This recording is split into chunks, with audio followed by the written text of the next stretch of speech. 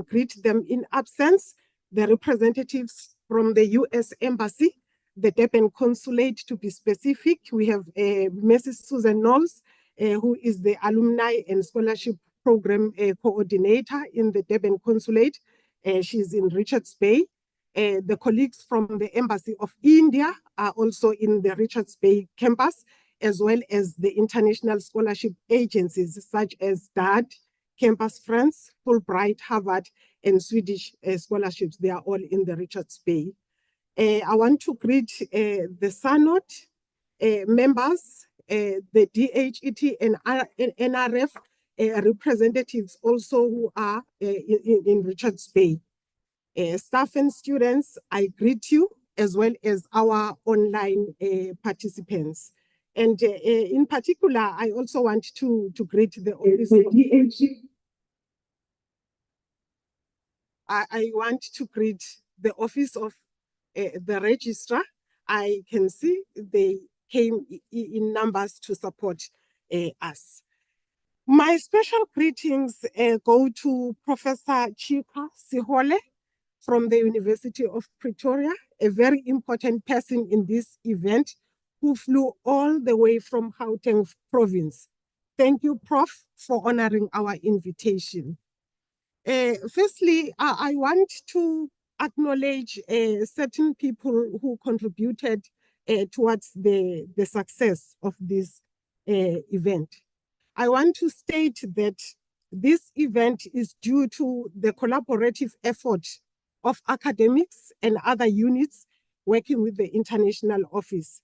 So this event is not just an international event, international office event, but it's the institutional event due to the involvement of other colleagues. So thank you to all those who joined forces with us during the planning of this event. I acknowledge the contribution made by the academic staff across 4 faculties, but I know some of them are not here because unfortunately our event is coinciding with the academic week. So it has a bit affected us in that way, but we were working with the academics in planning this event. In particular, I want to acknowledge the contribution by the Department of Consumer Science and also the Department of Tourism, who have been with us from the start of this planning. This also includes the faculty international coordinators from all 4 faculties who are also working with us tirelessly in order for this event to be a success. So besides the academic staff, I want to acknowledge the contributions of the professional staff, the division of the institutional support under the leadership of the DVC Prof. Jata, the SSD unit, the transformation office, as well as the office of the registrar, which I've already mentioned. ICT, thank you for your invaluable support. CMD for supporting us as well. And there are people who work behind the scenes, the PPW, people for arranging this hall and for making sure that everything is in order for this event. And I also, again, want to acknowledge the executive management of the university, the Vice Chancellor, for supporting this initiative. When starting something new, you need support. As you all know that our office is new because it was established in 2020. So this initiative is one of the new initiatives that we are introducing as the university. So I want to thank the executive and the Vice Chancellor for supporting our initiative. Firstly, I want us to be on an equal footing in terms of understanding what International Education Week means. For us as the University of Zululand, the International Education Week is a celebration during which the University of Zululand community plans in events and activities to highlight the university's support of international education. And the purpose of this activity is multifold, but I'll mention only three here. First, the purpose of this activity is to showcase staff and students' work and to promote the benefits of international education to our UniZulu community. With this event, we want to increase UniZulu community members' cross-cultural awareness, curiosity, and knowledge through activities, the presentations, discussions, and exhibitions that will be taking place here, particularly on the last day of the event. And most importantly, with this event, we want to motivate staff and students who have not yet started participating in implementing and embracing internationalization. Our wish is that every department entrenches the international aspect into their curriculum, so that at the end we'll be proud to say we have produced students that are globally competitive who are aware of the diverse cultures across the globe. Just to give you a short background to this event.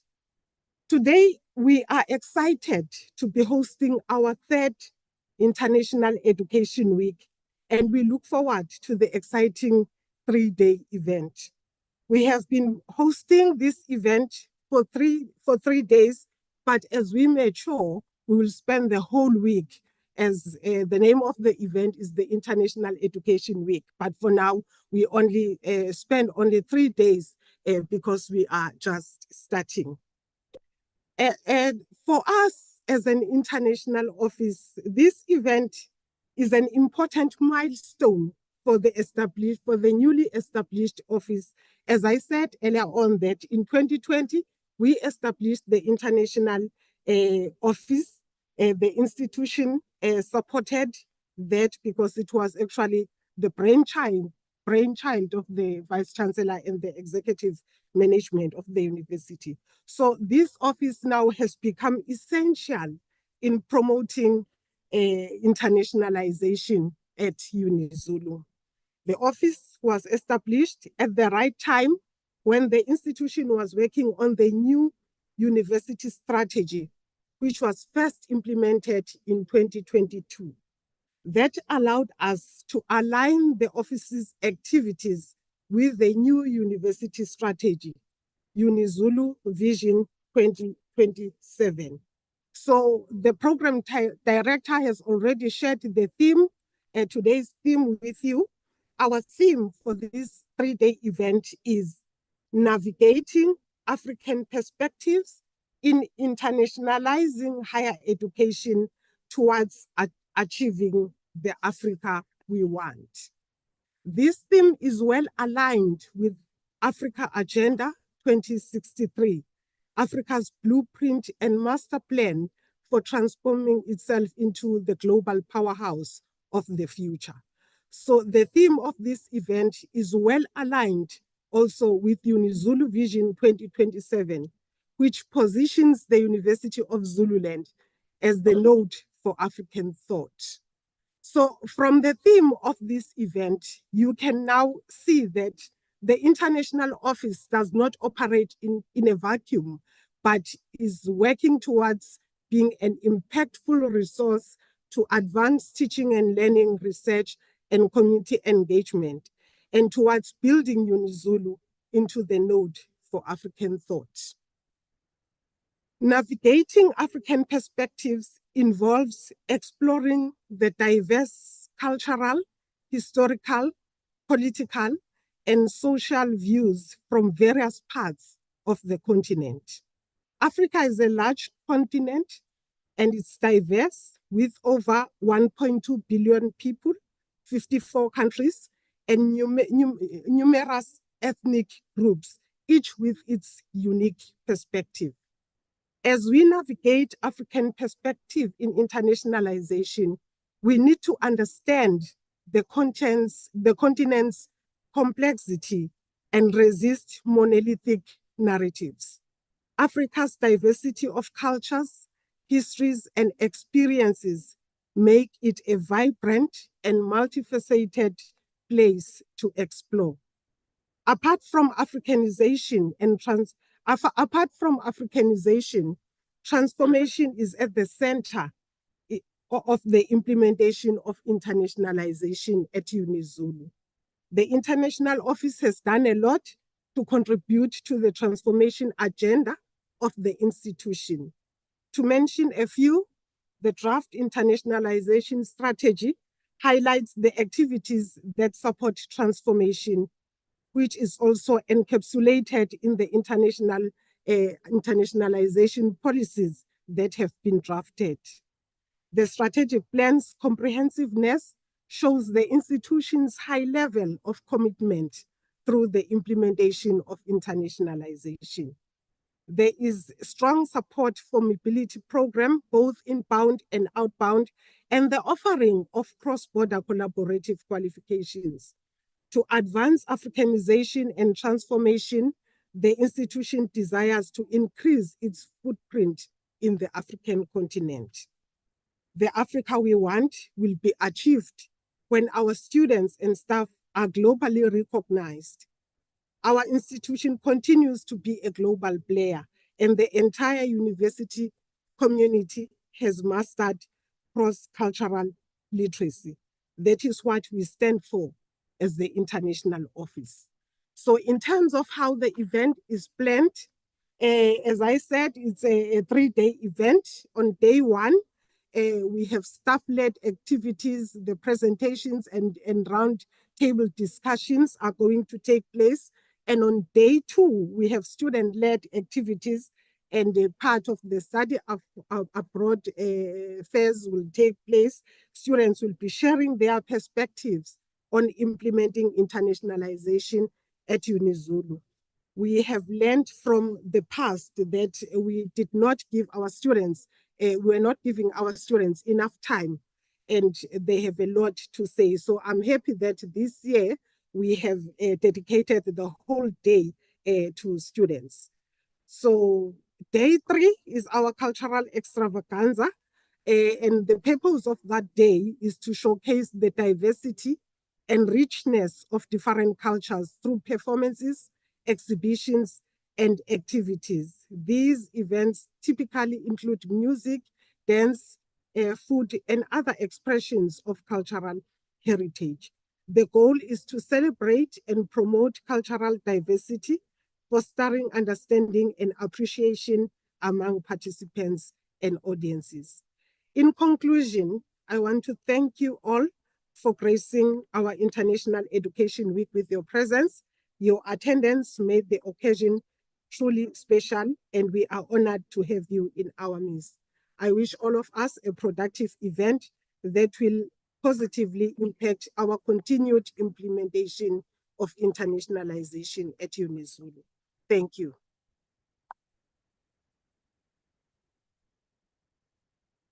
Thank you so much, Prof. Mashia.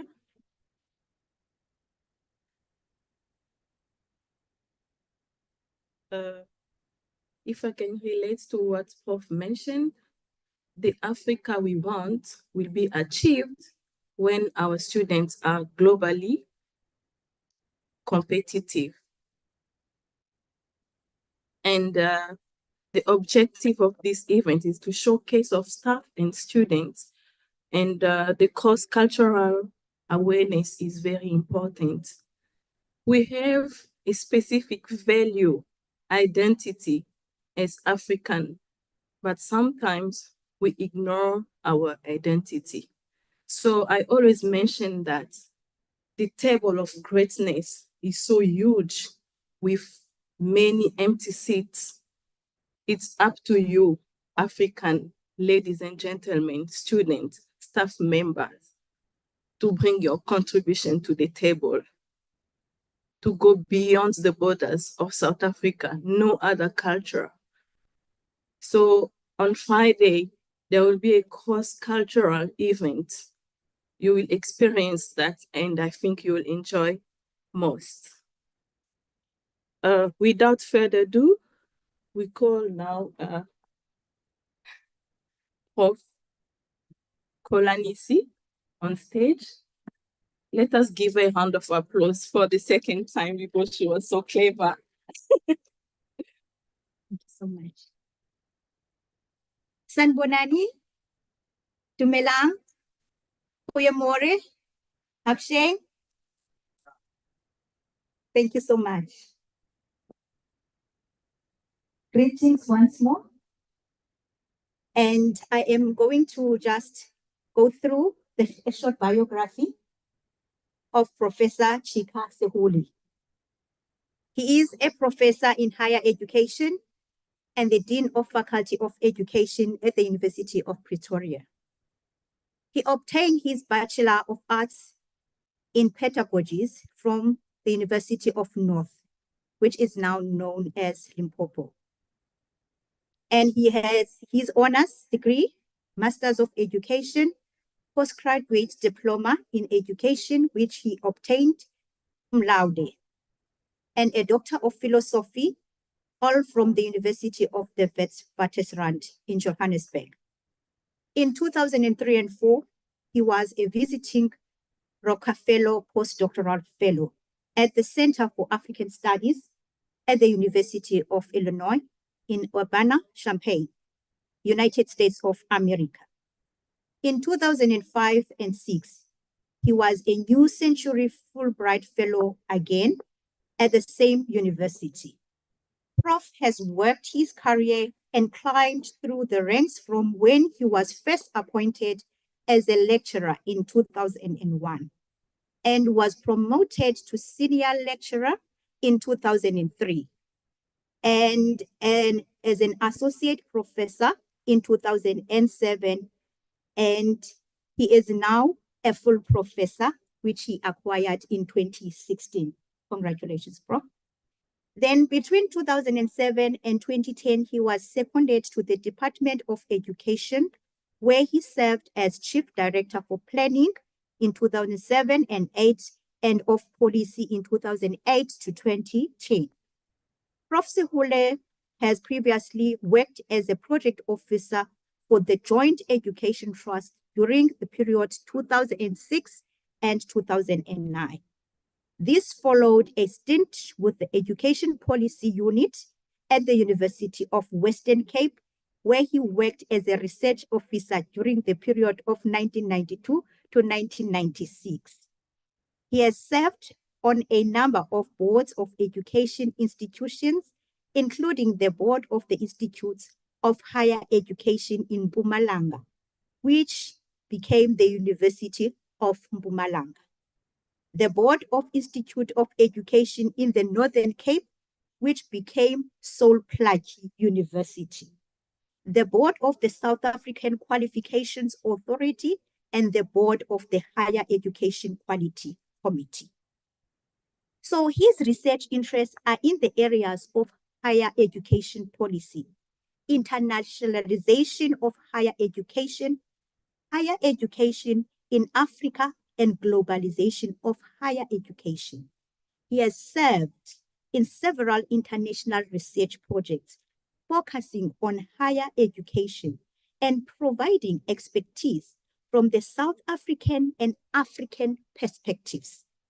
In 2013 to 2017, he served as the chairperson of the board of African Network for Internationalization of Education, and he is currently serving on its board. He served as the chairperson of the Education Deans Forum of South Africa from 2021 till current.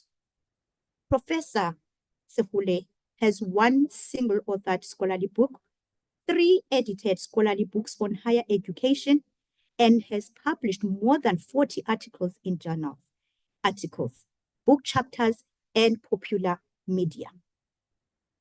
Prof has also supervised to completion master's and PhD students. Amongst them is the former Minister of the Department of International Relations and Cooperation, that is Dr. Naledi Pandor. Ladies and gentlemen, community of the University of Zululand, please let us welcome our guest speaker, Professor Chika Sehuli.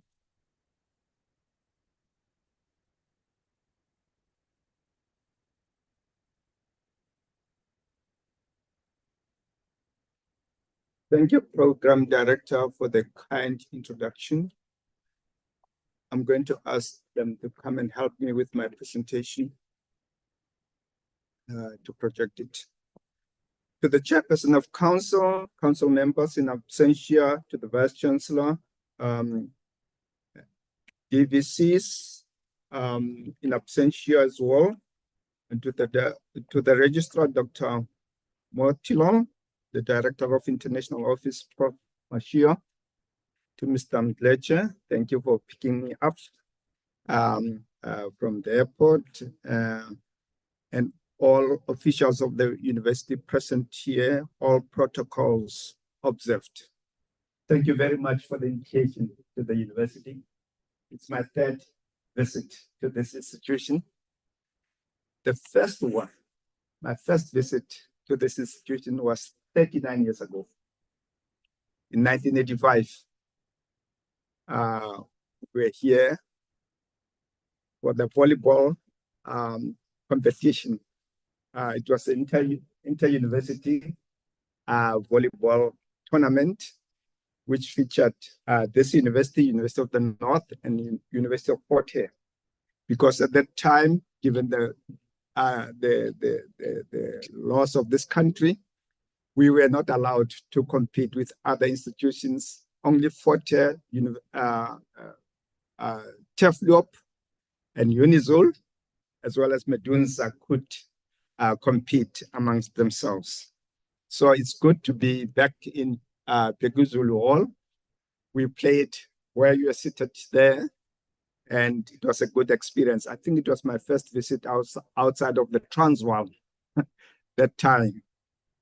And thank you, both the Registrar and Prof. Mashia, for setting the stage concerning the purpose of this conference. And I'm really honored to be invited to come and speak here on the theme of the conference, Navigating African Perspectives in Internationalizing Higher Education Towards Achieving the Africa We Want. When I got this invitation, I thought about the lens which I could use in addressing you. And I decided to talk about internationalization from my own experience. Because I'm an African, I started from humble beginnings.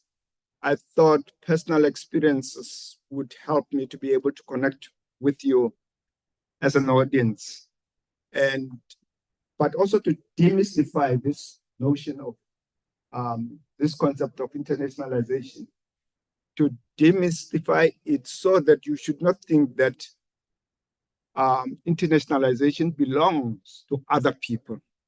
As you are sitting here, you are also international. When you come across an American or a European, he comes or they come from that country, you are also coming from this country, from this continent, you are international. So I decided to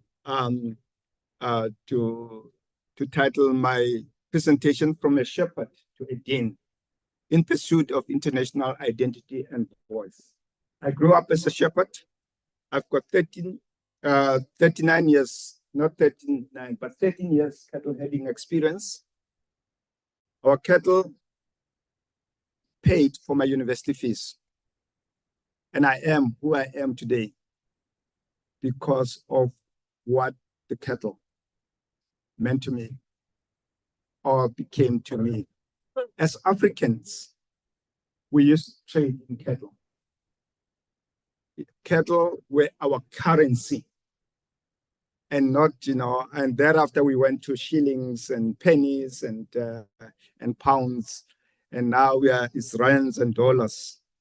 But when I go around the country, around the world, because I know that we are international, I also have the responsibility of educating the world about Africa. And I normally tell them that Africa is not one country.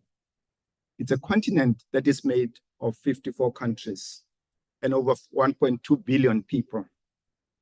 And Furthermore, Africa is not poor. It has been made poor. But Africa is a very rich country. If you look at the map of Africa, you can see that it is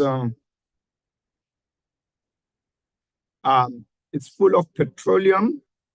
It is full of minerals.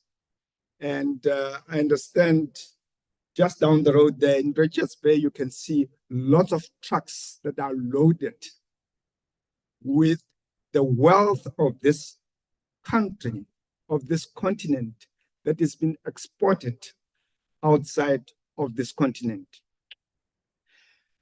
And Africa is not poor, but it has been made poor. The honest account of 2017 shows that there is an inflow of about $162 billion into the continent. However, about 203 billion gets out of this continent, and the majority of it goes out in an illicit way, through bribes, through corruption. And that is why African people are said to be poor, but our continent is not poor, it is rich. And it is for that reason that I want us to have that mentality, even as we'll be going through what I'll be presenting here, to understand ourselves that we are not poor. Even mentally, we've got brain capacity, we've got intellectual capacity, which we need to put to use to generate knowledge about ourselves, about our continent, about our institutions, about our own experiences. And that's why whenever I talk, I normally like starting from the ground, where I come from. I'm a product of this wealth in the cattle. And I started from those humble beginnings to where I am now, and that is Mrs. Dean there, and that is where I am now as a dean. And this was the day when I graduated the Honorable Minister, Naledi Pandor. She sat at the feet of your truly speaking to you today. When she explained how she came my way, she said she went around the country looking for someone to supervise her. And people were discouraging her. You are old. Why do you want to do a PhD?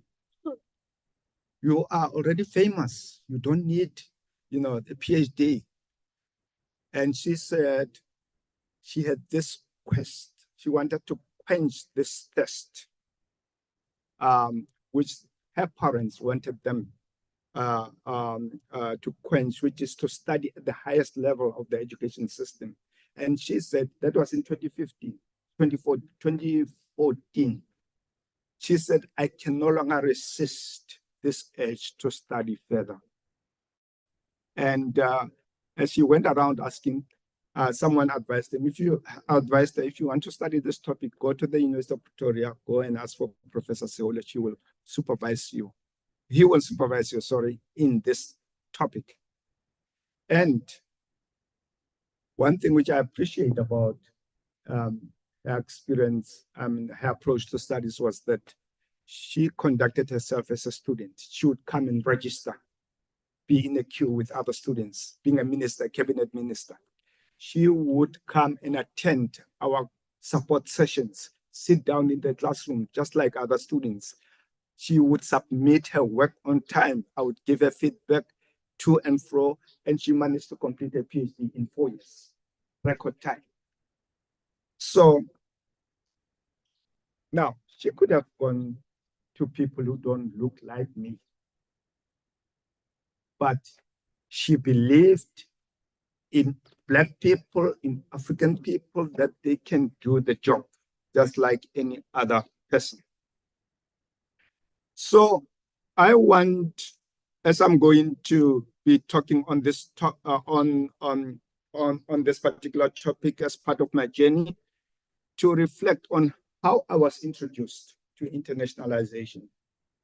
The first time I heard the concept international was when I was at Wits. I was looking for accommodation around Braamfontein, and I spotted one accommodation or place of residence. And I was told that I cannot stay in that residence because it is for international people. And at that time, international, they were referring to white people, meaning that I was not regarded as international. Fast forward, after I completed my PhD, I got an opportunity to go and study in the US as a postdoctoral student or fellow. There I came across 3 leading scholars in my field of higher education. Faisal Rizvi, who was my mentor as a postdoc fellow, and Philip Oldbach from Boston College, who published my PhD thesis as a book through Routledge, and Jane Knight, who's a global leader in internationalization. Now, I want to highlight the fact that, as we all know, there are some inequalities between the global north and the global south. And some of those inequalities are also characterized by inequalities in terms of resources also in terms of, availability of books. You won't believe it that it was easy for me to write a book on South Africa in the US than I would have done in South Africa. There were so many books about South Africa. There are so many books about the continent overseas than we have access to. Any book that gets published on this continent, in this country, the libraries overseas, they order them. They order that particular book. But the second thing that was really a challenge, and which I was sad about, was that I had to go to the US to learn about Africa. All my education in South Africa from grade 1 up to PhD never taught me about the continent. And I made it my resolve when I came back from the US that I want to travel the continent. I want to know my continent. And I want to challenge you as students, but also staff members. Let us not aspire to go overseas. Let us aspire to go and study, to travel our continent and know our continent. They sent their own people to our continent, and we are sitting here not knowing or understanding our continent. So it is very important for us that if we desire to have the Africa we want, we cannot have it with us sitting here and not traveling. I was fortunate that on my return from the US around 2009, I came across an initiative that was meant to popularize, to write about the internationalization of higher education in Africa. And that project was led by Jane Knight from Canada and Damchu Tefera, who's at UKZN now, but at the time he was at Boston College. They brought together young African scholars, about 11 of them, from Botswana, from Kenya, from Nigeria, from Ghana, from South Africa, to write about their experiences of internationalization of education. Because at that time, it was said that there is no knowledge about internationalization of higher education in Africa. Now, when that project started, I was not part of it, but what they did was that at the end of the project, after they wrote those chapters, they gave them to me. I was still a young scholar, to write an analysis, a synthesis of the emergent themes of internationalization out of that book. And that chapter was included in that book. You can find the book is titled in the Internationalization of Higher Education in Africa, the International Dimension. And I'm happy and proud about the fact that that book, but also including the chapter, there is one scholar, Saint Jane Knight, who prescribed that chapter at the University of Toronto because for them to learn about higher education in Africa. Now, after that book was published, then there was an initiative to establish an organization called African Network for Internationalization of Education, ANI. I'm the founder member of that particular organization. And the aim of that organization is to close the knowledge gap about the place of Africa in the world. We were concerned about the fact that whenever international studies are conducted, when it comes to Africa, it is said there is no information, there is no data on Africa. Really? With all the many PhDs which we have on this continent, the world is saying Africa does not have information. There is no information on Africa. We are a group of young scholars. We took it upon ourselves that we are now going to start writing about our own experience. We are going to tap into that latent talent. And we are saying, for as long as you have a master's degree, you have written a dissertation, you have proven that you are able to write. For as long as you have a PhD, you have written a thesis, you have proven that you can produce knowledge. And we started going around. Whenever we got a project, we would, rather than send people to go and collect data, let me give this example. Our approach was that as Africans, we need to tell our story of internationalization. We've got to write about our own experiences. The world should understand what is going on in our institutions, in our countries, in our continent, through our own lenses. We should not replicate what is taking place in the economic sector where our minerals are extracted and taken overseas and they are returned to us as finished product. In terms of knowledge, we need to write about our own experiences and let the world learn and know about Africa based on our own experiences of internationalization. And as a result of that, we have been successful in producing 3 books. The first one is that one of Higher Education in Africa, the International Dimension. The second one was the one which I co-edited with Jane Knight, Internationalization of African Higher Education Towards Meeting the Millennium Development Goals. We did case studies of the implementation of the MDGs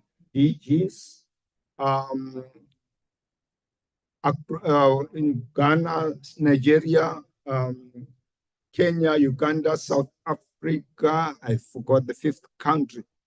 But what we did there was that we identified young scholars in those countries.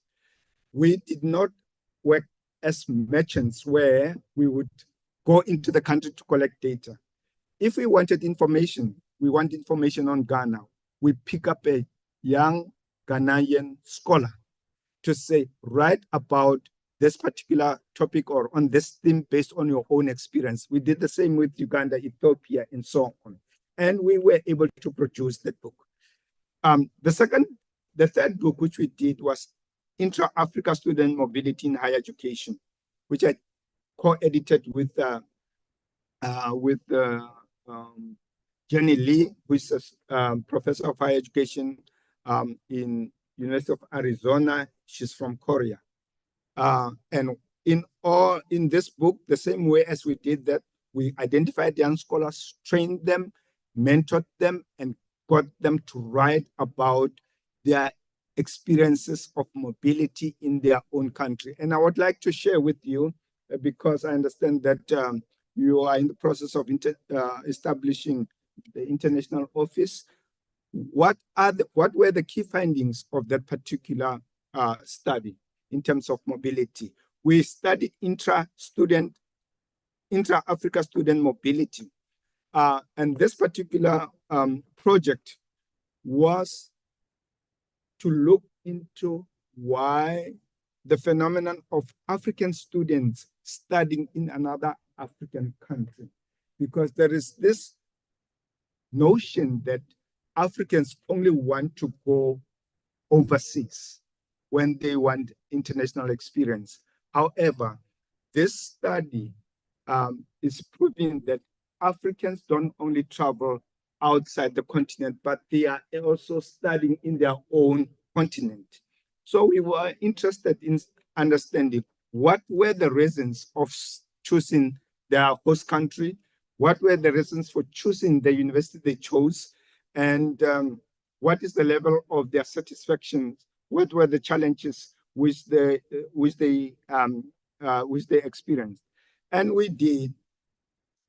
Our survey, covered those countries: Egypt, Ghana, Kenya, Morocco, Nigeria, South Africa, Tanzania, Uganda, as well as Senegal. We surveyed about 2,229 students. And on that survey, about of those 2,229 students, about 81% were African students studying in another country. About 6.6% were Europeans studying in Africa, and 6.8% Americans studying in Africa. The majority of the participants there were studying in South Africa, meaning international students studying in South Africa, followed by Ugandans and Kenyans. Now, in what type of degree were they enrolled in? African students traveled to another African country to do bachelor's degrees, and followed by master's degree and then doctoral degrees. Who is funding these African students when they go and study in other countries? Our survey showed that the majority of them were funded by family, and then by their governments and host university, and lastly, host country government. What is it that they are studying? Majority of them, they travel to study business and commerce, followed by humanities and arts, and then science, biology and chemistry, and engineering and health sciences. The primary language in which they were speaking, the majority of them are English speaking. And then in terms of gender, 51% were male and 49% were female. Now, this is something important, and I want those people who are in the international office, but also academics present here, to understand some of the patterns that characterize these international students, especially in the African continent. But these results are not different from the results of surveys of international students outside of the continent. When choosing to study in the host country, how important was each of the reasons below? In other words, what are the rationales for them going to study in another country? The major reason there is I expect a better future jobs in host countries' education. In other words, students, international students go out looking for quality in order for them to be able to secure better jobs. Number two, they go out and study in other countries looking for opportunities to be trained in academic research. And then some of them, they study to cross the border because that particular institution or country is located close to home country. And there is a study that was conducted by UNESCO showing that Southern African students are the most mobile students in the world, but their mobility is across the borders of their own country. In other words, there is more regionalization that is taking place within Southern Africa than in other places. When choosing the second question, when choosing to study in host country, how important was each of the reasons? Lower cost of living in host country. International students are also mindful of how much it will cost them to study wherever they want to go. And some study in the host country to improve English language ability, and some they go to that country because of political stability and safety compared to home country. And that particular, the third one is related to countries like Nigeria, as well as Uganda was found to be the safest, and Kenya, as well as Ghana. So people, international students, travel to places that are stable politically, as well as providing safety.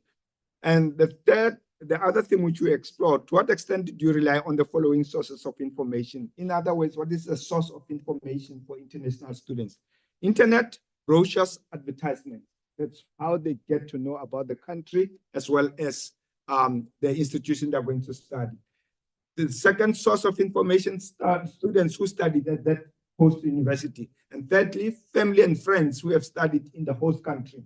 So it is very important for universities to give international students good experience, because word of mouth plays an important role in marketing your institution. When choosing the host country, how important was each of the following reasons below? In other words, what influenced you? Better quality of higher education compared to my home country is what influenced them. I was interested in specific education program at this university. It is important for universities to make sure that they excel in certain programs, because they can be able to attract international students. Geographical location in host country, obviously the issue of proximity of that particular institution institution to host country, home country is important. And English, those institutions that teach or that use the medium of English become also attractive to international students, not only from within the country, but from outside. Now, it is also important to make sure that as a university, you offer things that will be of that will offer satisfaction to international students. And the areas or issues which they were happy with: number one, academic resources like library services ranked top in the list of international students. Quality of professors and lecturers is what attracts international students. Course availability, they go to a particular university because they want to study a particular course. And overall university experience is important to them. Social atmosphere, friends, and activities are very important in attracting international students. International students are interested in orientation in the beginning of the term. If you give them a good experience when they first arrive, it helps them to stay. Another thing, please rate the level of difficulty you have experienced for each category. Top on the list was accommodation, as well as housing and transport. Universities that want to attract international students must make sure that when they arrive, they give them accommodation. They should not be struggling with issues of where are we going to stay or to sleep. Academic life classes, they struggled with that. Personal life feelings. International students have got the are prone to feeling homesick. Now, how does the institution help them and support them in making them to feel at home, and so on? Experiences to local students in these areas, availability of financial assistance. International students reported that they struggled with financial assistance. So it will be important, if you want to attract international students, to also make sure that you make finances available. Finding housing accommodation was also a struggle, and continuity of funding. They may come with some form of funding, but along the way, they run out of funds and you may lose them. So there should be a long-term plan for those students. I'm going to run through some of this for the sake of time. If you encounter unfair treatment at this institution, who would you go to in order to report? They say they go to international offices. So international offices make sure that you do have enough resources, staffing to attend to international students. Don't chase them away when they come to you. They also go to the departmental head or program head. And some of them say, when I encounter challenges, I don't report them. And why would they not report them? Because they know that they will not get any help, which is unfortunate. So as you think about your internationalization strategy, also think about, when you invite those students to come here, how are you going to take care of them? Compared to when you first started at this institution, how would you describe your experience? The things which international students believe that they gained a lot in knowledge of a particular field or discipline. That's number one. Number two, ability to understand people from different cultures. One benefit of internationalization is also being exposed to different cultures. And it also helps to increase your general knowledge. Compared to when we first started at this institution, how would you describe your experience in terms of the following? International students found themselves that they are much stronger in terms of preparation for a job, because they travel to those countries and to those universities in order to be better equipped to get jobs. Many of them found that they were feeling much better prepared for a job. The other area is computer skills. They had learned a lot of computer skills, also ability to work cooperatively, in other words, in team, and public speaking ability. Those are some of the things which they said. Would you recommend this university to friends, family in your home country? 90% said they would recommend their university to their friends and family members. What are their future plans after completing? Now, this is interesting.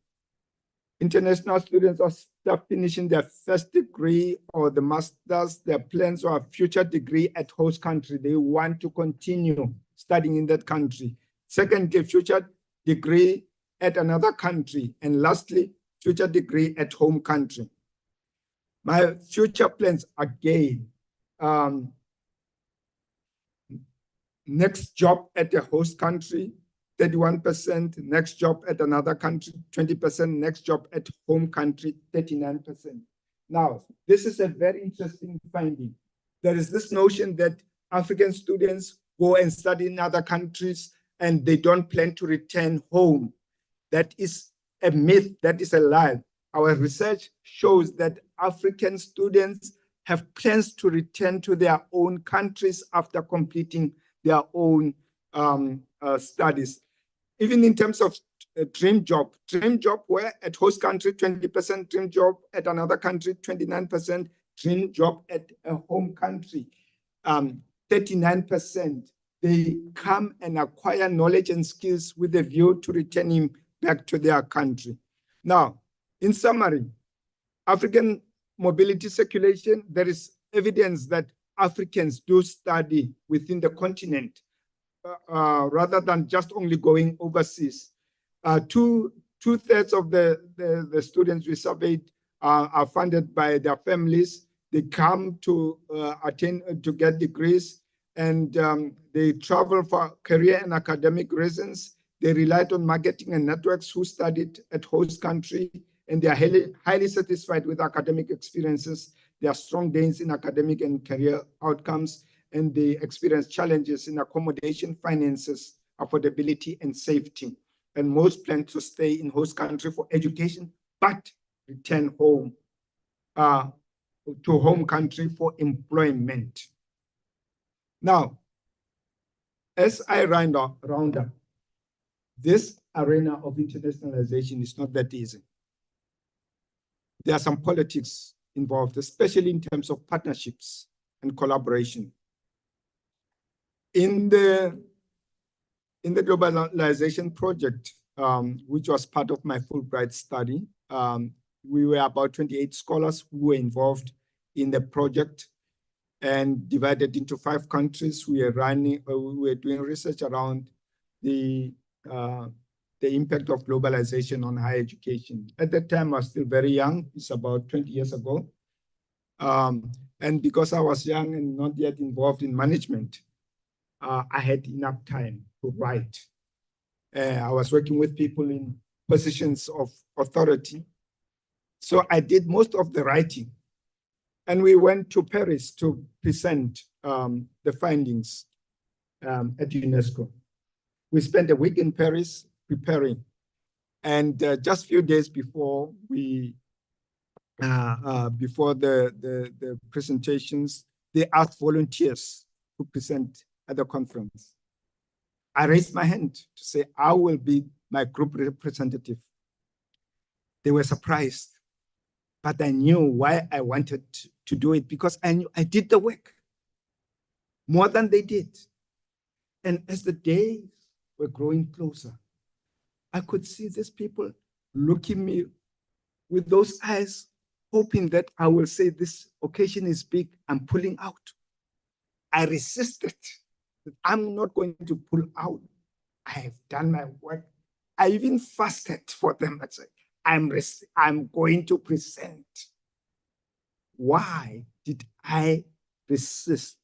It's because, you know, guys, we must be clear about what is it that we know. We must be clear about what is it that we can do. And we need to take our rightful place.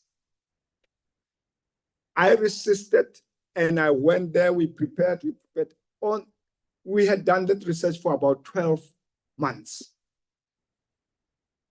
And we are given seven minutes to present research that was done in 12 months across 5 countries. I prepared, prayed, went on stage. I mesmerized them. When I got off on stage, one of those people who were looking at me said, "Jack, you did well." And why was that pressure on me? It's because, number one, they saw me as young. That stage belonged to elderly people. Number two, because I'm Black. And actually, also from Africa. Others, they came from other continents. I took my rightful space. Now, let us not be ashamed about those things which we can do. Let us not be ashamed of those things which we know. Let us occupy the spaces which we are given for as long, and we occupy them on merit. Don't occupy that space and you go and make a fool of yourself on the stage. Let us represent ourselves well. The second one was the Millennium Development Goals. I assisted in training people. I was cooperating with this editor from outside. It was a book which we're doing on Africa. And I was also involved in the training of those people, editing of the chapters. When it came to we finalized the book, the sequencing of names.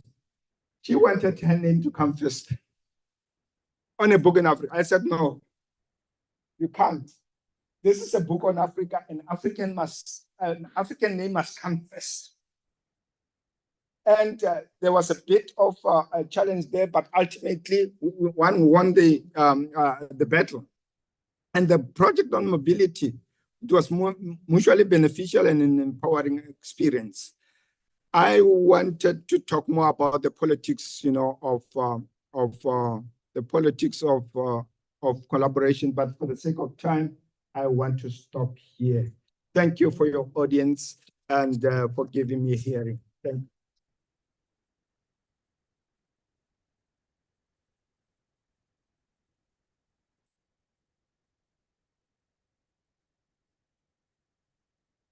Thank you so much, Prof. I think Prof deserves another round of applause. We appreciate you so much, Prof. Now, it's time for the choir to perform, and thereafter, we will also hear from the panelist members that will respond to what Professor Serule discussed earlier. To the audience online, if you have a question or a concern, you can just type it on the chat group. Thank you.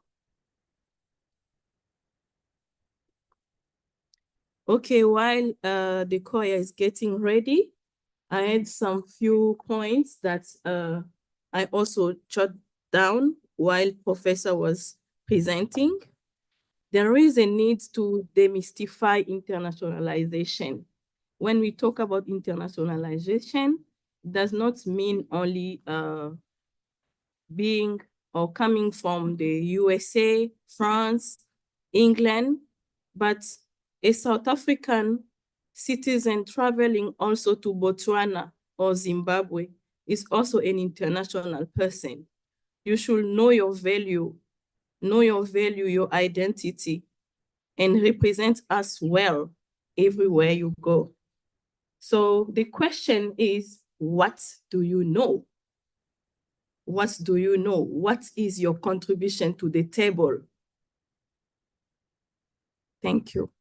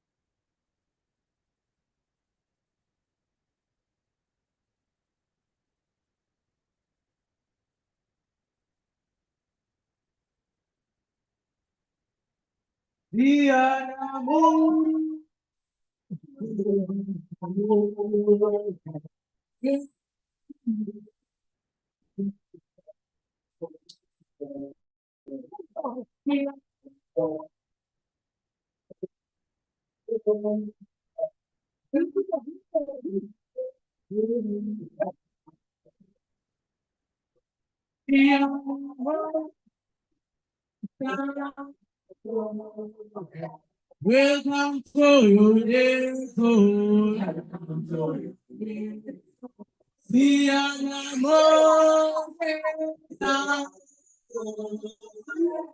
welcome to your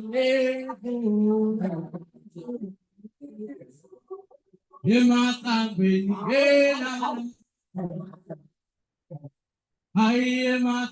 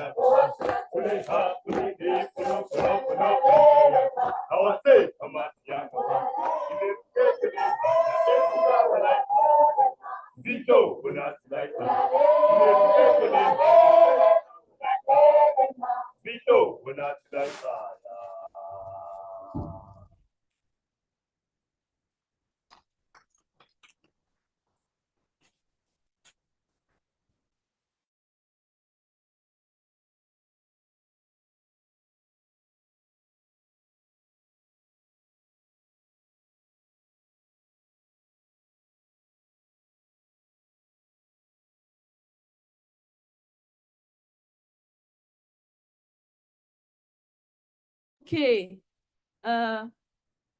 Remember you missed one part. So please come back and give us one more song.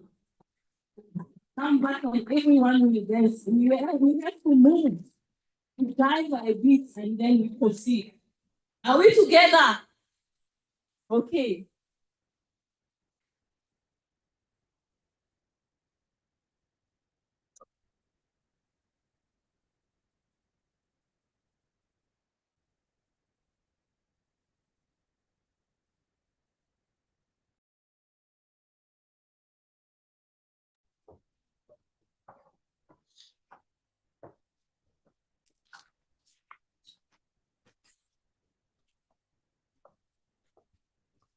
Okay, dear audience, we have the choir now. I think we're gonna dance together.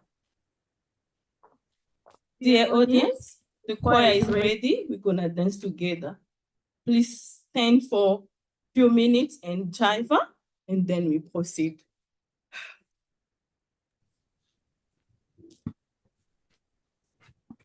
Come on, the Africa we want. We can dance as African. Yes.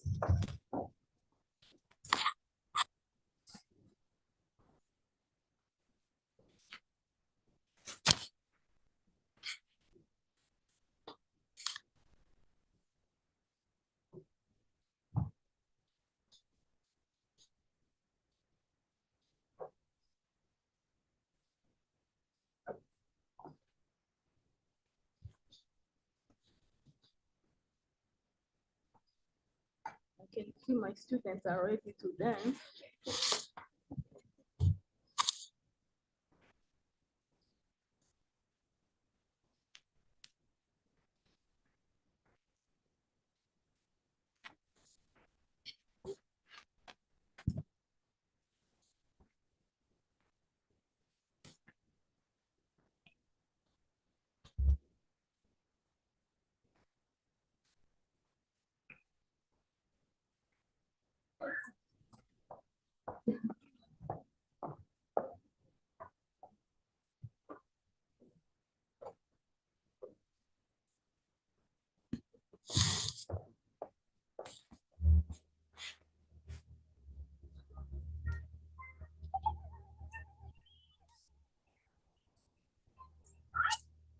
Come on, give me the vibe.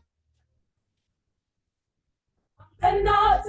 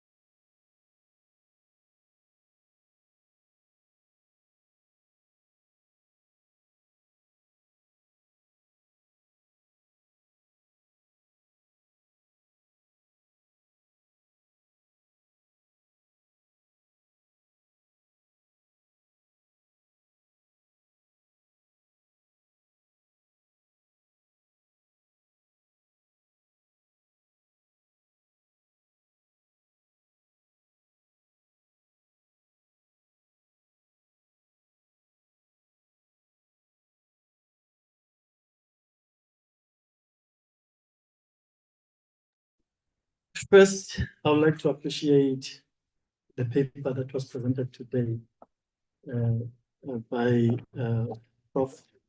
Sahole. And I find it very interesting, more especially in my field of science and physics, because quite often we receive students from different universities and different countries. And your paper basically was guiding us as the university as to what is it that we should do and prepare when we want to have maybe a very good internationalization office of the university. So the first question would be, kusho ukuthini ukuthi sibe ne-internationalism office if we look at a strategy say university when it comes to a note of African thought?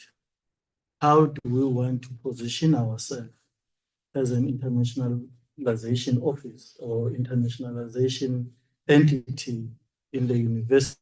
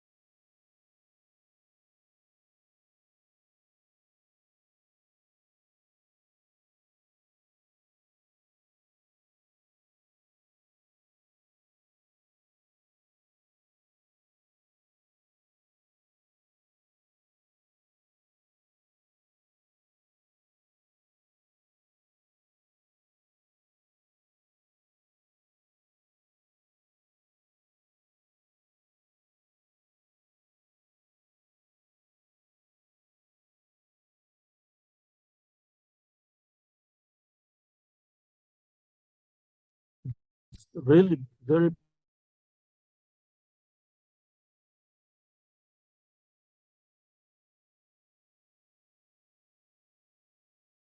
whenever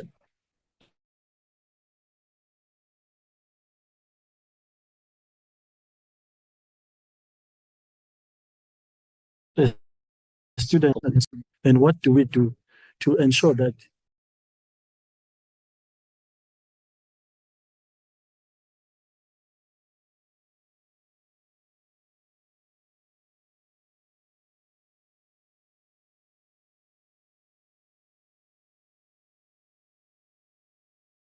when they are already here, it's really a pain. So I'm not so sure how the Office of the Internationalization should deal with this in our institution, but funding issue is really an issue to us. And obviously, he also spoke about accommodation. In his paper, he presented well how the accommodation is an issue. And obviously, in our case, like I'm talking about something which it proof of, more especially in our institution. If then you are a national student, then you should always be prepared, because you never know what will happen. Like, for instance, if there are strikes or any other riots that are in the institution, then you have to prepare where you are going to place your students during those times, because they don't align, and then you need to prepare. So it is very difficult to deal with the international students, but we really like them to be with us, and they are really, we normally say, and my supervisor back then, he used to say he loves the international students because they come in and they know what they are here for. They do exactly that and they leave. Not that they don't want to go back to their institutions or back to their country. They are here for, and then they go back. And this is true.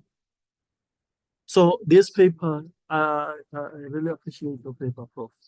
It was really presenting the facts, even though some of us, we always, we speak in the corners, we normally say, oh no, once you send students outside, then they won't come back.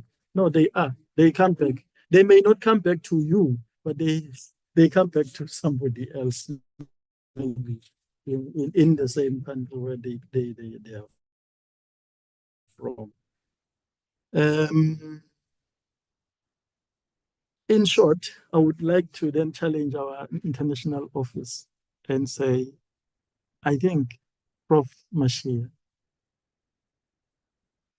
the ball is on your court. And we are here to support you, and we really want to make sure that whatever that you push forward, we are also with you. Thank you so much.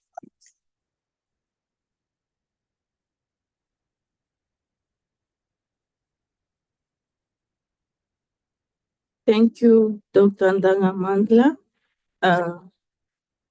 Your view is to, you concur with Prof. Sehule's views, and you try to reflect on UniZulu as an institution and the internationalization. What are the tools and measures in place?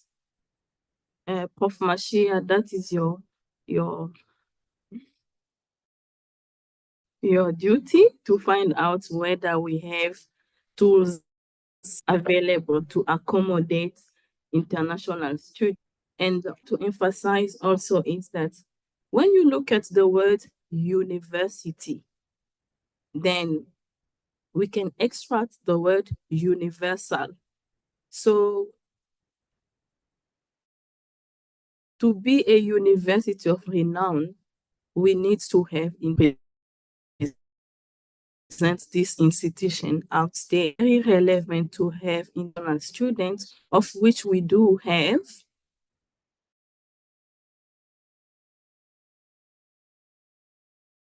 And I think tomorrow some of them will be sharing their views presentation.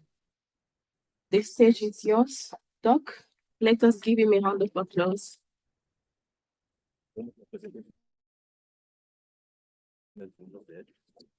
And Smiso will help.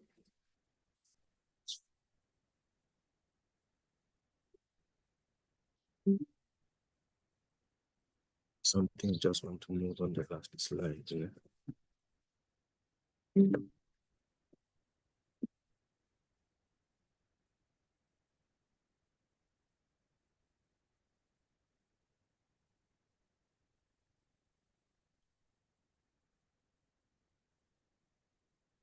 Right.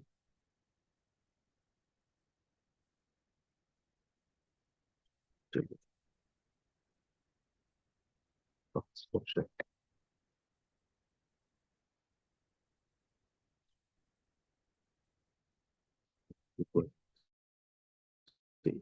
Accept.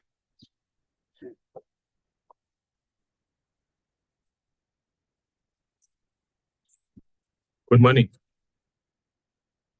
Good morning. How are you? Can you see the presentation on the screen with people sitting on the audience? Thank you very much. My name is Dr. Pedro Mzileni.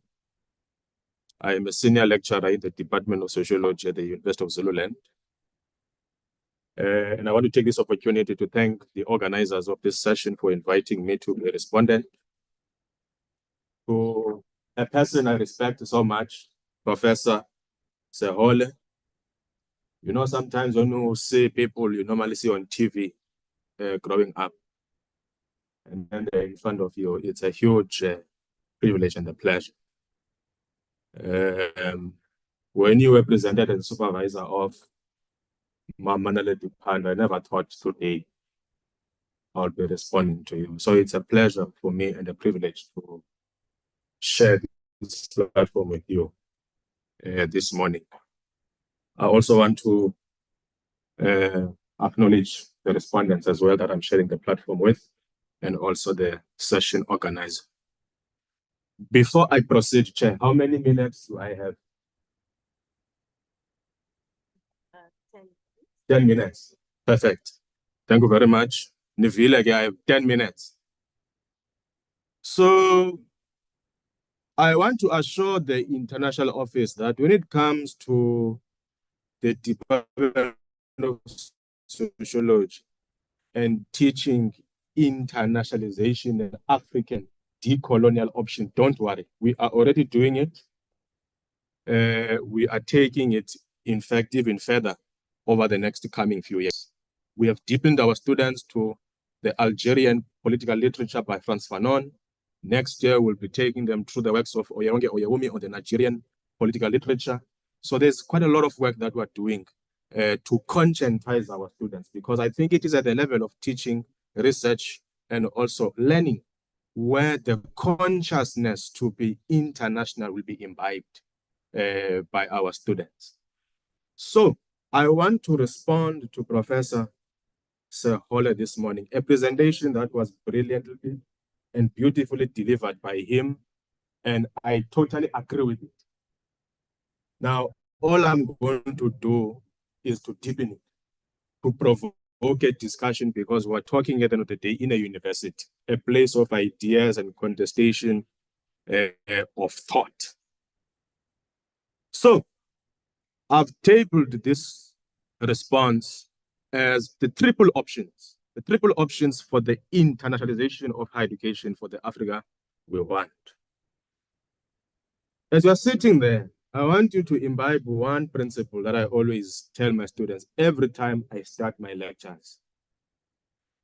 There is no Chinese wall between the past, the present, and the future. Right? Okay. I'm a teacher again, so the audience must please bear with me. When I say right, you must also say right. Right? Thank you. So it's triple options for the internationalization of higher education for the Africa we want. Firstly, there's no Chinese wall between the past, the present, and the future. These three forces are interconnected. Right? 2, South Africa is not a democratic society. Right? South Africa is more of a society under coloniality. Let me repeat the statement. South Africa is not entirely a society under a democracy, but rather South Africa is a society under a coloniality. And I will explain what these things mean as I go on, because I was only given by the chairperson 10 minutes now, and now I'm left with 8. Right? Right. So, triple options. Option A. There is something called the coloniality of internationalization of higher education. Right? Coloniality emerges from the concept of colonization and colonialism.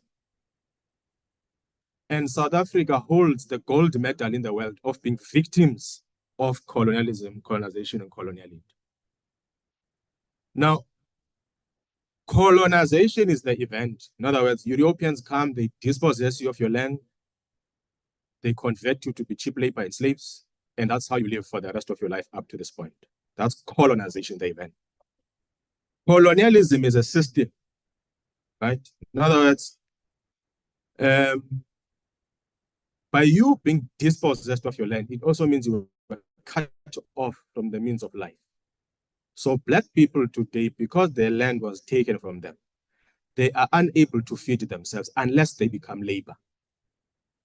Are we together? So for you to live as a Black person, you must first submit yourself to labor exploitation in order to get income to live. That is colonialism as a system. Now, coloniality, which is where we are today in South Africa. Coloniality is a situation where the patterns of colonialism and colonization might be declared to be over on paper, but in everyday life and in systems, in institutions, in policies, and in knowledge, colonization is not dead, but actually it is still alive. That is coloniality. So let's make a practical example.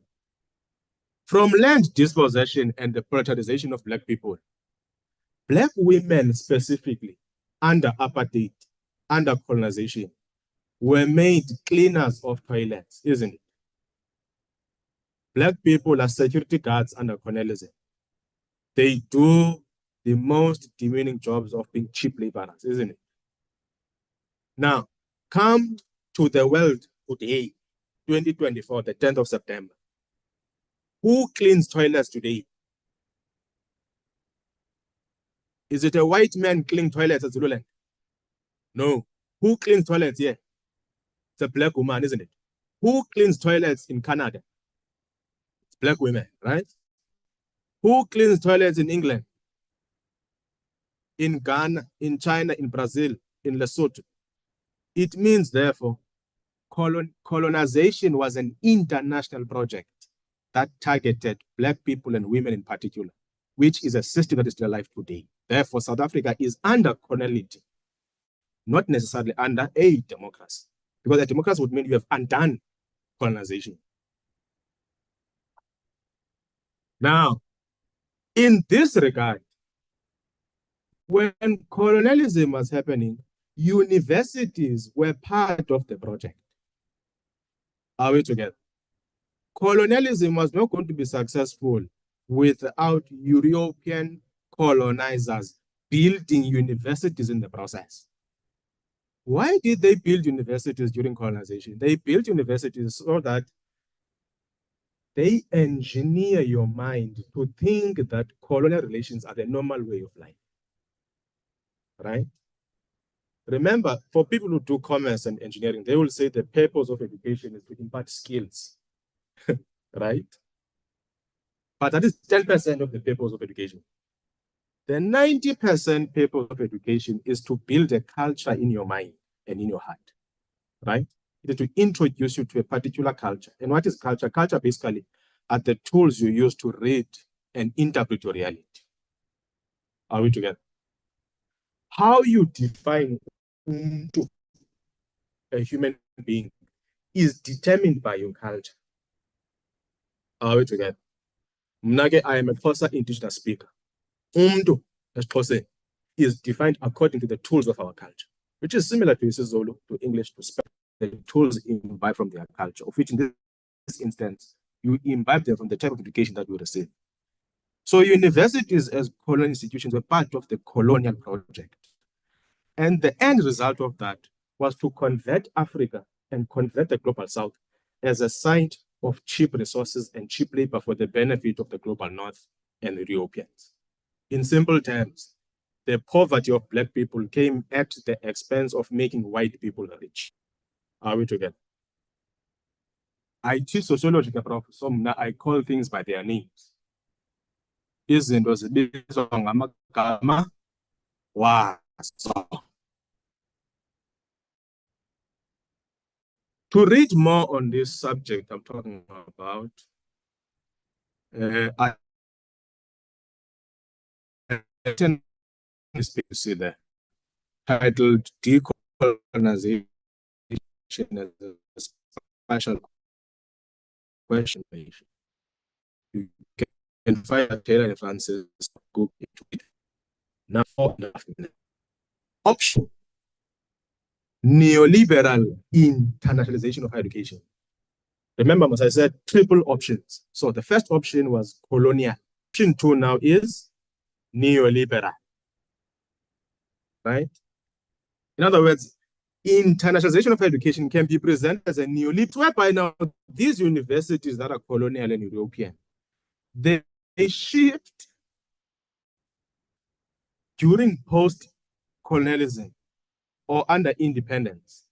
They share international neoliberal market to maintain global-wide knowledge hegemony. Independence in South Africa was in 1994. Sham independence in Africa, 1994, nifike late. Right? That's why, Prof, many concepts like colonialism, coloniality, and neoliberalism are so confusing in South Africa because independence, Sham, here was very late. It was 1994. In Ghana, you know, it's much earlier. So universities shifted to play neoliberal, shift as colonial universities to play in the international. In this instance, whiteness and racism, but it is viewed as excellence, right? The more white and racist and Western a university is, the more competitive and excellent it is viewed in the market-oriented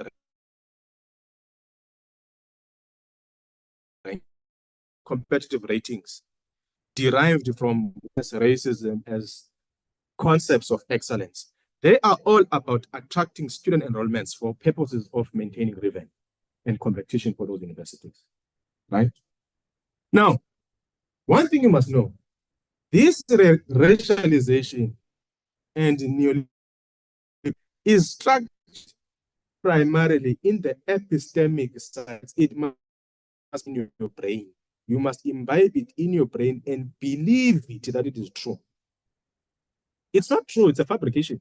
Colonialism and racism are fabrications of world making by white Europeans to present themselves as a superior race. It's a world system. But that fabrication must now be made an epistemic reality in your brain. In other words, it must be something repeated again. And indeed, in life, white people are better. and the university they come. So once that is planted in your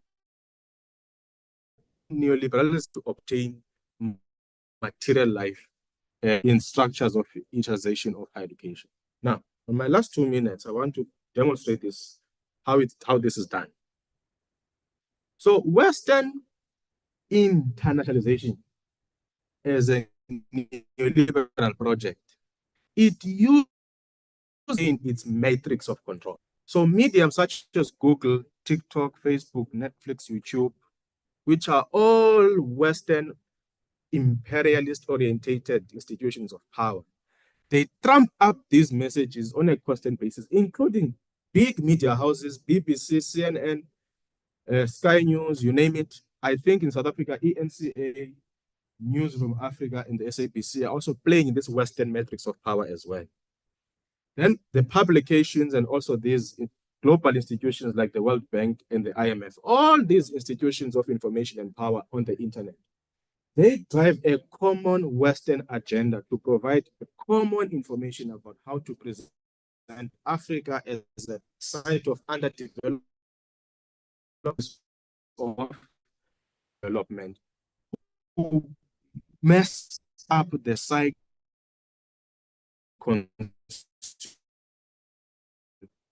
global university. You want titled Geometry of Accounts in South Africa. So in this paper, we talk about how accounts compete for DET subsidies to be published in Westerners, and our government finances, it rewards people who publish in Western, global, European, racist, white controlled institutions. It rewards finance. So we call that bibliocoloniality. Now, in the last minute I have, let me skip these 2 slides and go to the third option, the decolonial option. Decolonial internationalization of higher education. In other words, if you read Lenin, he asks the question, what is to be done? Now, the task for each one of us in this room, moving forward, I want to persuade everyone, let's take the decolonial internationalization route of higher education. What is it? I will mention it in 3 key words and then sit down. 1, there needs to be a deliberate and a targeted attitude to refuse the Western neoliberal metrics of power in our everyday life. In other words, in the epistemic, political, and social and economic life, in everything we do, the decisions we take, in where we put our money on, there needs to be an attitude of refusal of the Western neoliberal metrics of power. 2, there must be targeted financial investments and prioritization by African public universities, by African governments and the African Union on making sure that Africa and African nations become a priority. You can't achieve what you don't put your money on.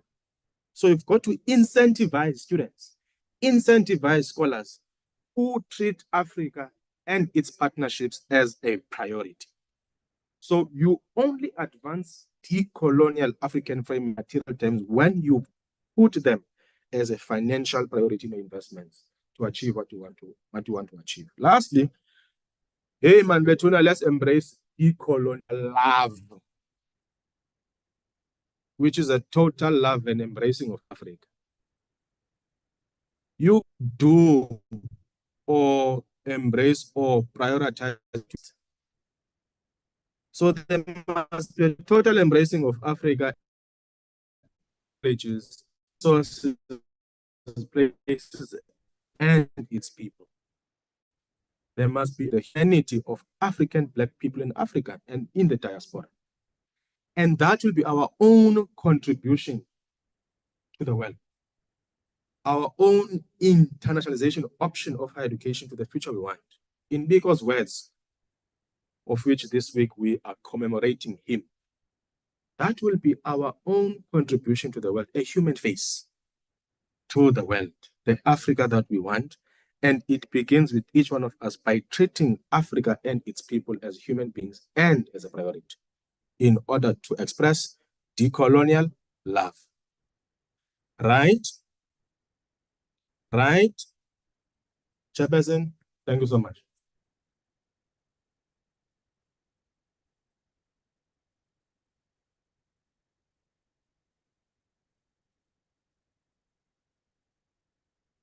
Thank you so much, Dr. Mzileni, for your great contribution. I think we are getting so many points that we will take with us today as African. It starts with our minds. We have to shift our minds, behave like humans, and stand the coloniality of power, colonialism. Let us also hear from Dr. Dengecha, Dr. Mbuzi first, Dr. Buthelezi from the Faculty of Education. Smiso, please, we need your assistance. Okay.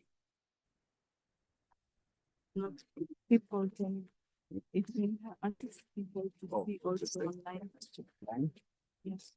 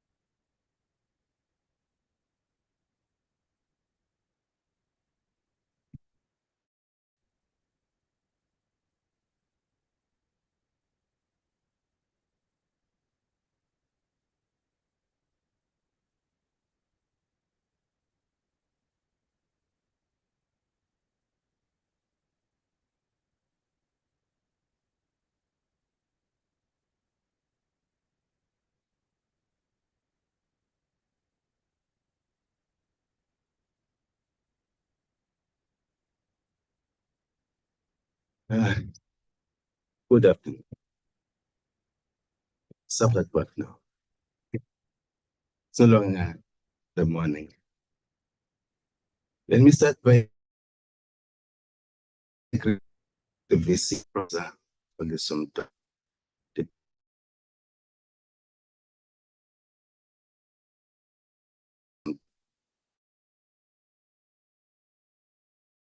students who are, my name is Buthelezi from the education. I'm proud to show this morning. It was thought provoking. I picked up quite a lot what is to be done regarding internationalization. Let me just quickly go to your presentation. Honorable members of the university, the dialogism has started in terms of how we should then take the brand UNISOL to the world.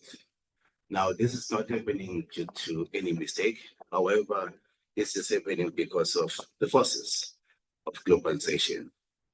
This is saying to us, we are now members of this global community. Hence, we have to make sure that UNIZOLO is also presented in the global arena. We have our national policies, our provincial policies, regional policies, as well as the university policies are very much allowing us to arrive at what we want to achieve at the moment in this university. Our strategic goals as well at the University of Zulu are saying well, what is stopping you from doing that? But the point is, this is what I want to share with you today. We need to ponder about this. What is it that you are taking to the world in terms of our programs, in terms of our culture, in terms of the university community? I'm talking about staff here. I'm talking about the staff, even about the students that you are producing. Are we going to produce now global players in terms of what needs to happen in this internationalization? The other speaker was against neoliberal approach. Therefore, request this audience to allow me to embark on this neoliberal journey during my presentation. Yes, the quality is saying to us, there's a great need for these people, for us, in fact, as the university, to consider other avenues out there, because we are saying we want to become global players. We also happen to be close to other countries as well. Prof. Eli this morning talked about what the lower cost of living is enticing, which might be enticing people to go to this. The political climate in these countries will also allow people to go to these places. As a university community, we are based here in Guadalajara as well. We also have the Richards Bay campus. Let me just request you or entreat you this morning to think about our political climate in this country. Is it providing a good climate for us to venture to other parts of the world? You might have seen people going out to various, international conferences. But the point is, what is it that we are taking to other people? Are we just taking the real brand of the University of Zululand to other people, or we're just saying we want to learn, and African people is made to learn all the time? Is there anything that you are taking to these people when you go to these international conferences? The university rankings, we cannot shy away from them, because we are always categorized on the basis of what we do as a university. Now, the point is, where do we stand in terms of these numbers? In terms of the quality of our students, in terms of our programs as a university? This then talks to, I started, what is it that we are taking to the outside world? Yes, they might talk about what on the basis of is accessible to them. So we might be saying, okay, we can go and visit other parts of the world. But the thing is, what is then stopping us from introducing such things here? Colleagues and students, I hope there's a buy-in now from the university management. The university management is saying, let us find ways of doing this, and we are ready for this ride. They can have these libraries. This is not moving now. Where's Miso? Miso, your battery, what's happening? Miso, come. Come here, please. So this can move. We also need to think about ourselves as academics. Do we have what it takes to perform in the global arena? I was using as academics, as people who are wearing this institution, do we have what it takes to perform in the global arena? When I was in Europe at some point, I noticed something that was last year. These people are not talking about Africa, but here in Africa to talk about They're not talking about us. They can only talk about Africa when they're thinking about the resources that they need to take from us here in Africa, because you know what is happening in their case. The climate in their countries is problematic in terms of maybe allowing certain fruits and vegetables and other plants to be there. But the thing is, they are saying, we are controlling you. We are in charge. Learn from us. So why should we learn from people who doesn't have? I mean, from people who do not have anything to offer. That is another thing. Let's think about what is it that we are taking from to the world. Yes, there could be very nice finding opportunities out there, and then we will call them the international office to work with our foreign students here. But what is that? What is it that we are taking to the world? What culture are we going to take to these people? What is it that will provide the environment where we are going to forge these partnerships? What is it that we have as African people which will be taken to the world? I hope Prof. Mashia is listening to me. This is to figure out as a university community. We, however, have indicated that yes, from this new liberal, which is saying we need to internationalize now. Another thing that we need to sound as a caveat to you, that to compromise in quality. This will happen whether we like it or not, because we are part of it. Now, this university is here at Kwara campus, is in Richards. So what is it we get from Mhlathuze municipality, from King Dajuayo to the world? Let us start thinking about that. And what will be the resources needed? Are they human? Is it money? Are we going to take maybe the physical resources to the world? Or we're going to need people? Let us think about that as well. To the international office early this morning, I'm saying, yes, there could be some challenges regarding this internationalization. However, we shall overcome some of these challenges together. We are here to assist you so that we can fulfill your dreams. And thank you so much.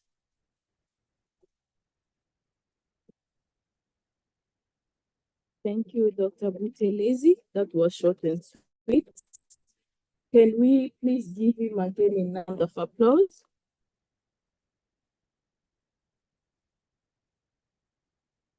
Okay, now it's time to listen to Mr. Dr. Dengesha.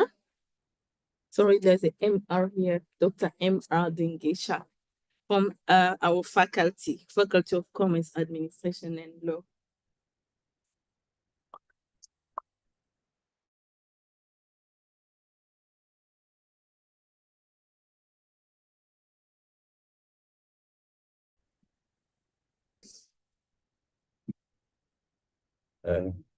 I like to greet the management of the university, Prof.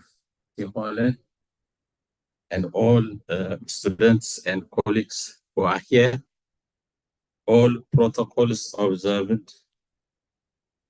Thank you for giving us this opportunity to present on this Internationalization Day.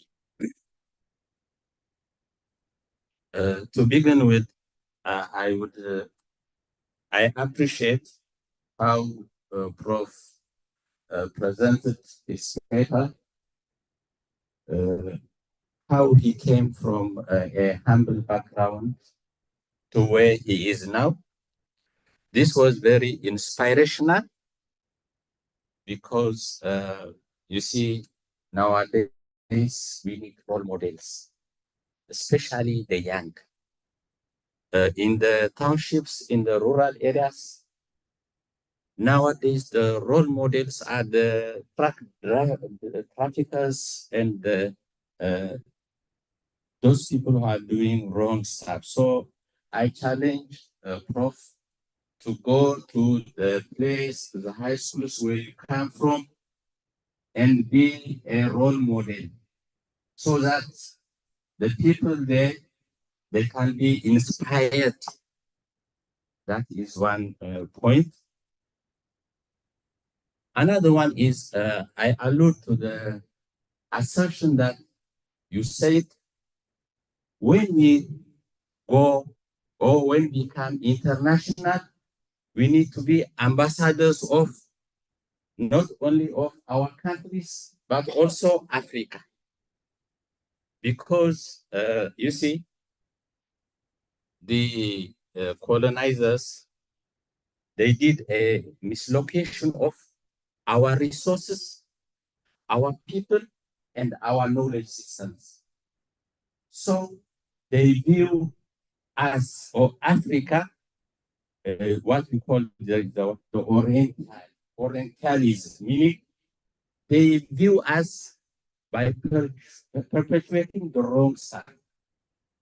They view the East, including Africa, in a wrong, or there is a stereotype, so that we have to do away with that.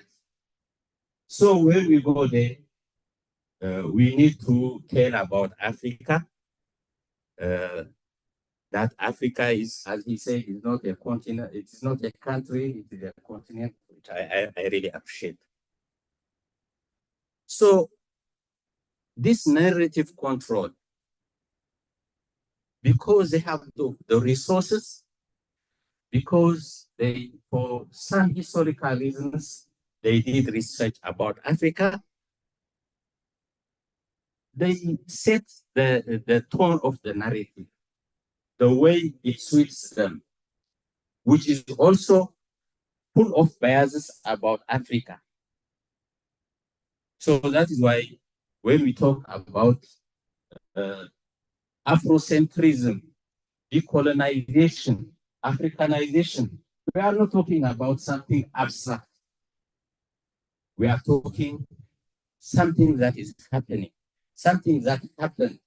We are in a journey to change the status quo. So, for example, when we come to the internationalization, every year, 400,000 students leave Africa, mostly to Europe.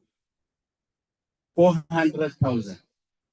For example, every year, 100,000, about 100,000 students go to France. Only 100,000 students remain in African countries, meaning they come to South Africa or to Nigeria. Mostly their destinations are South Africa, Morocco,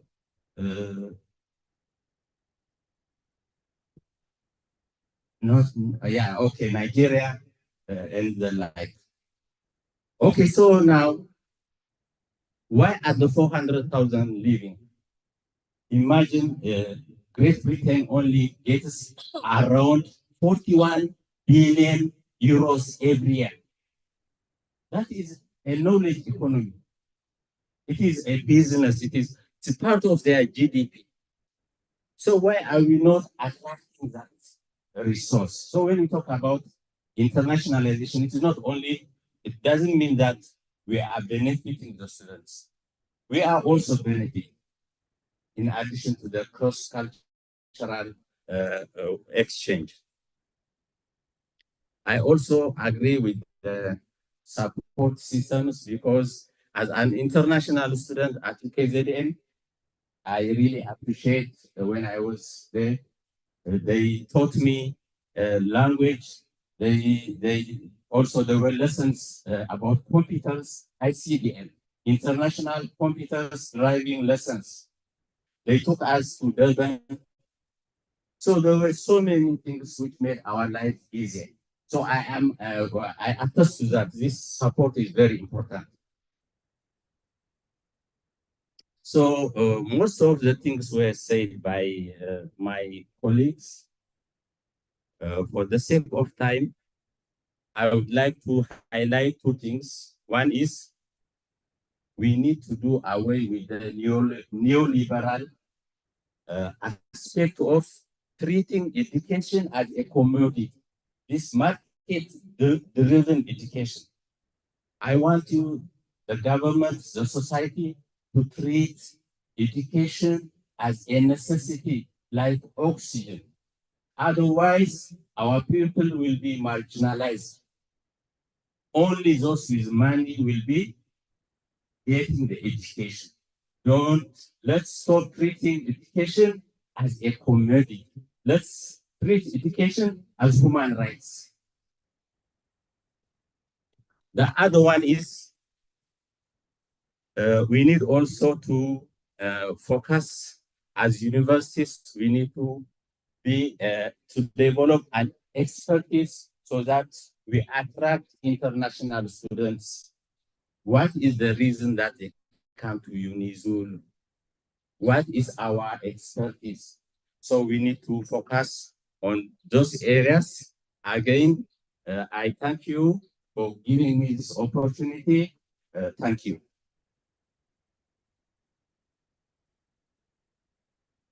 Thank you so much, Dr. Dengeta. We really appreciate your discussion. I can close where I can just recall where you mentioned that education should be considered as a priority. As we always mention in human rights, that everyone has the rights to education. It's a human right, but it is considered now as a commodity, as you alluded, but it should be given priority. Thank you so much for that. Prof. Shirole, will you respond or summarize everything that the panelists have alluded now? Thank you so much, Prof. Thank you very much, Program Director. And I would like to appreciate the comments from my colleagues in response to the presentation. If there is one message which I want to leave with all of you, is you have what it takes. Let's go and work. Let's go and read. Let's go and produce knowledge. Where you need help, ask someone to assist you. Let's turn around this notion of us being consumers. Let's contribute towards knowledge production. Why are we studying? Why are we doing these higher degrees? For what purpose? Just to carry those certificates and earn an income. There is more we can do. And the only thing which we need to do is to believe in ourselves. At home, my wife is in the medical field. And as you know, people who study medicine are clever people than us. And I started talking to her. I said to her, why do you go to conferences to go and listen to people? Why don't you go to conference to share your knowledge, to share your experience? You work in this hospital, you are dealing with lots of cases which you can write about.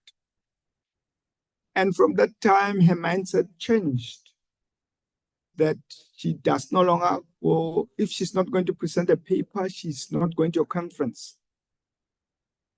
And she started believing in herself, sharing the paper. I used to comment on her papers. Now she's the one who advises her peers.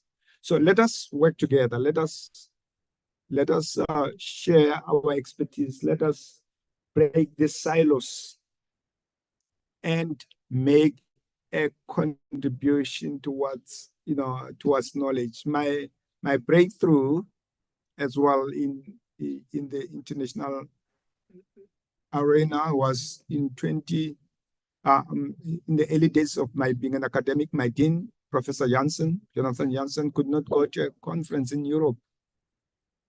And she gave me a topic she was supposed to present and said, write a paper and go and represent me. I went to Bruges in Belgium and presented.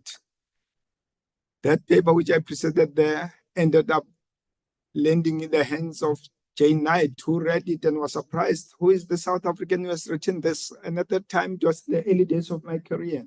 I met her, as I said in my presentation, I met her when I went to Illinois. She said to me, oh, you are from South Africa? I said, yes. She said, you know, I read this paper written by Chika Sehole on GATS, General Agreement on Trade in Education Service. I said to her, the person who's sitting across the table is Chika Sehole. She was so thrilled. And she said, you know, can you please just, you know, edit that now, work on that paper. I want to publish it in the special edition, which I'm editing. And we are able, and docs, in your classes, can we encourage our students that in their writing of those assignments, they should not write those assignments for the purpose of just getting that degree. Let us ask, you know, give them assignments that are thought-provoking. And where possible, if you come across a good essay, you are published already, work with that student, for that student to publish his or her work. That's where the confidence starts. That's where everything starts. I'm going to leave it there. Thank you.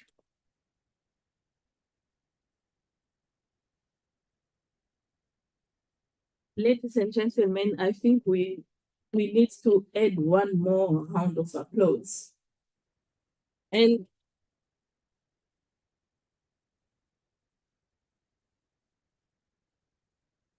before you leave today, please tell yourself that you are capable, you can do it, you are knowledgeable as an African. Nothing can be decided about us Africans without us. Thank you. Okay, now the floor is open for discussion. I can just give two people an opportunity. We can also check online whether we have questions, comments, but the floor is open, two people only. Let me give you an opportunity to talk to our panelists and professor. Anyone? Do we have someone online, Simiso? Okay, no. I say two. You are showing me now how valuable, knowledgeable you are, and I appreciate that. But please, let's be short when asking questions or making comments. Kindly please come forward. That will help a lot. So that, or we can pass the mic. Okay. Please, if you would like to accommodate everyone, be short when asking questions or comments. It's not a conference where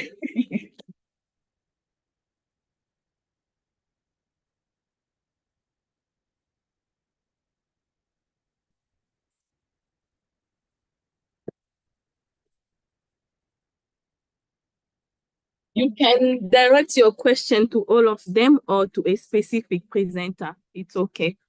Yes, sir. It's much Dr. Lee. And it's so for possibilities of societies. Thank you so much for this well and working the week. My question is directed to the presentation of this we're speaking about Professor Machine.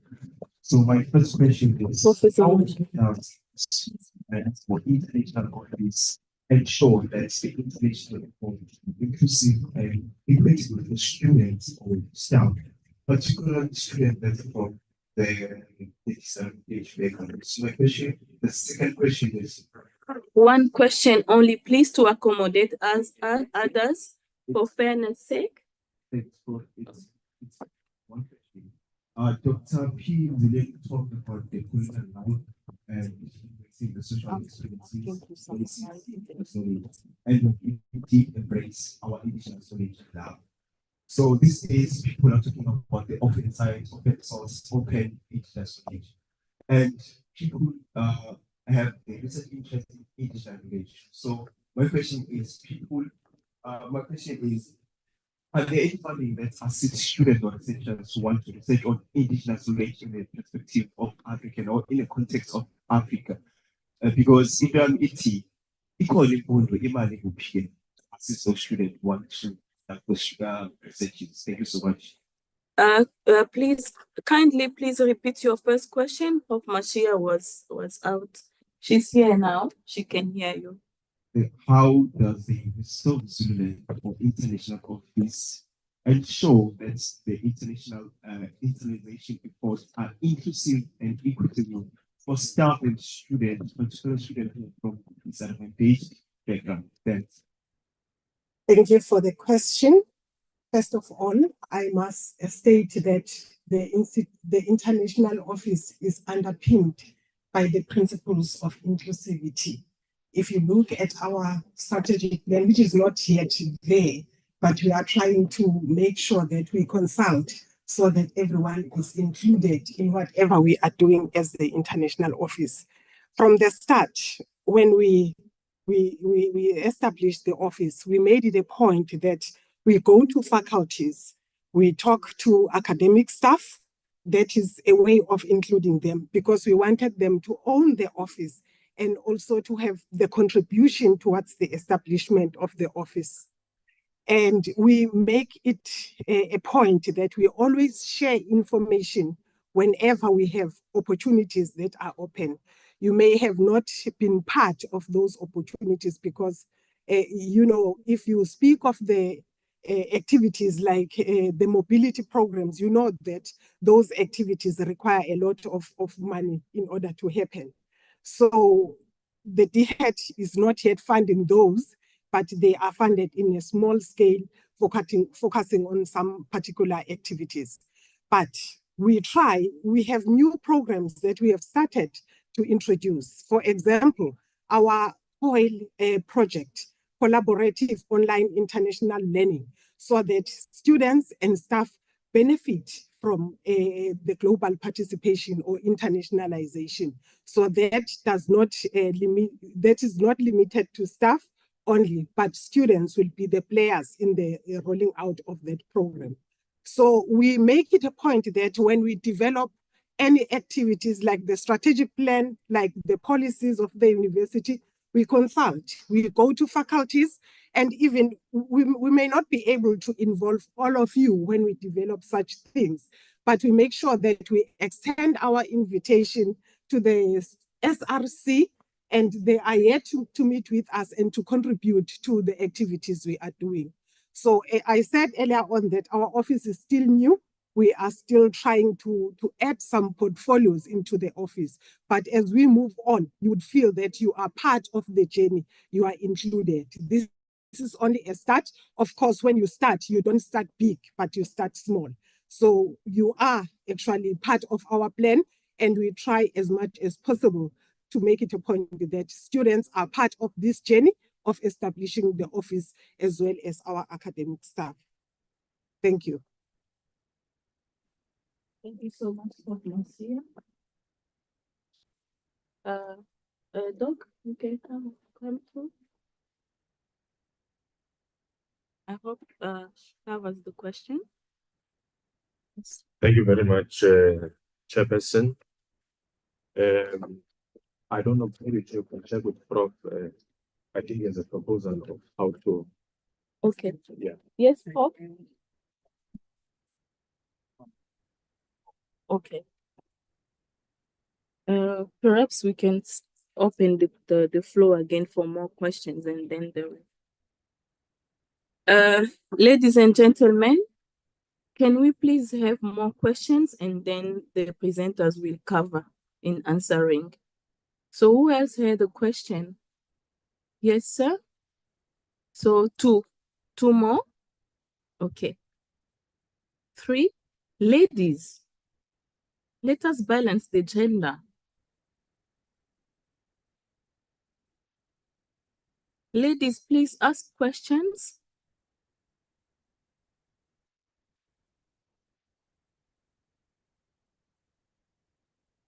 Anyone?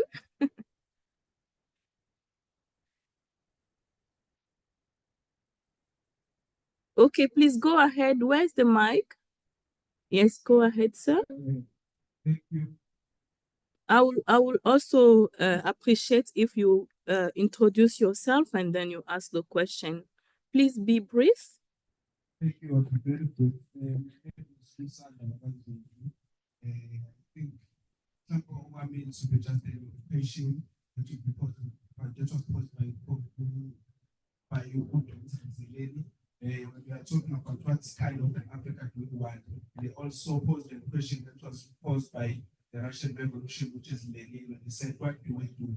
Then the contribution will be saying, what kind of an Africa do we want? We want an Africa that has access to windland. We want an Africa that is able to build its wealth, in Africa that is, let's have a decolonized education, in Africa that is able to trade within its countries without going outside of.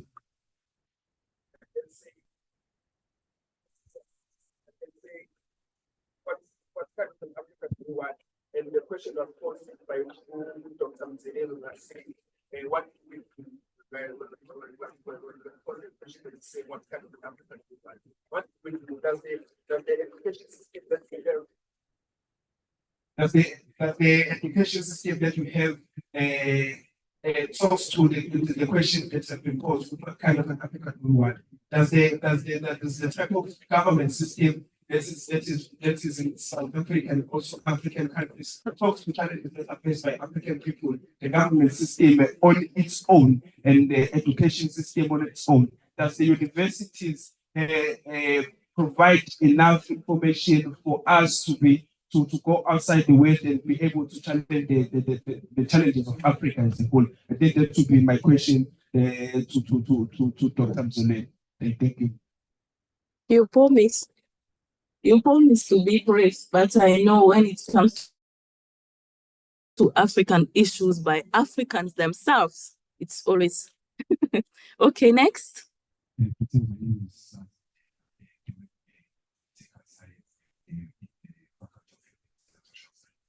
Okay.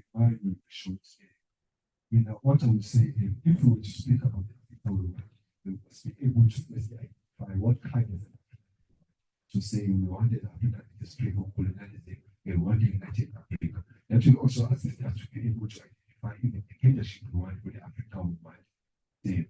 And the question would be, what is the criteria used by the internationalization office when they are employing people? Are we employing people who lead us in to that ideological Africa we want? Thank you. The next and last, I think. Yebo.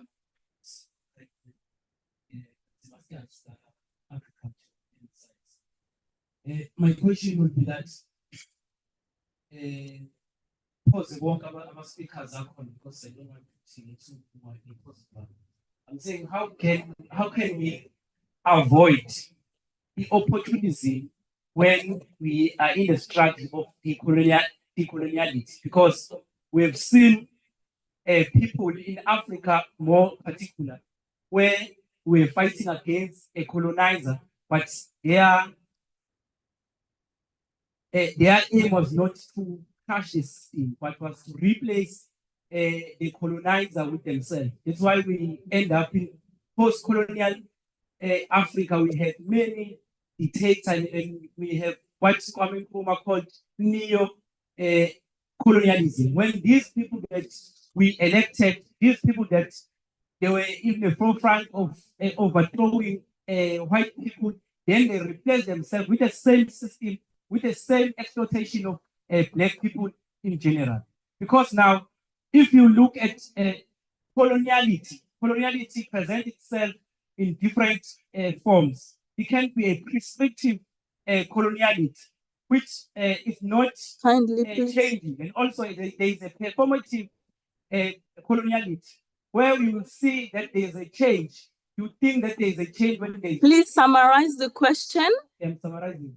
Where we find that we have a black BC, but now there is a prescriptive coloniality where the same black BC will continue the system that was done by a white BC. I'm trying to get how can we stop this opportunity that is happening in Africa, but I think I'll take it. Thank you so much. Kindly, please bear in mind that our guest speaker is leaving at 1. So let us give him an opportunity or other presenters to reply to your questions. Yes. Thank you. Let me just answer my quick question. There was a question on what criteria do we use as the international office to employ people to work in that space. We use the normal procedure. You advertise, and then you get applications. You do the selection. But what guides us in that are the portfolios in the office. For example, if we need someone to be in charge of the partnership, that's what we advertise. So it depends on the advert, and the people go through the entire selection process. And when they get here, they are inducted, and they come here knowing what the strategy of the university is. They come knowing that we aspire to be the node for African thought, and hence all the activities that are done in the office are designed in that way to achieve that goal. So thank you. I hope you are answered. It deserves a round of applause. Yes.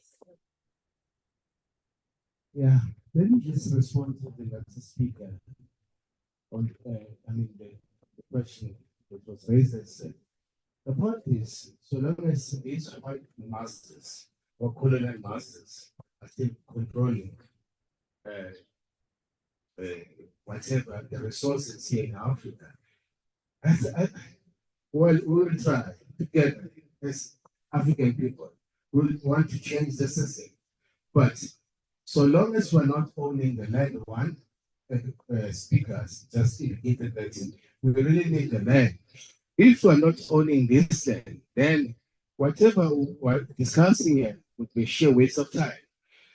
It's high time for the African people to own the land, to own their communities, and then we'll start thinking, then say, or rather say, well, right now we have the means of changing things. So long as we still rely on these white people to assist us with funds and everything, yeah, the future still remains big for us. Thank you.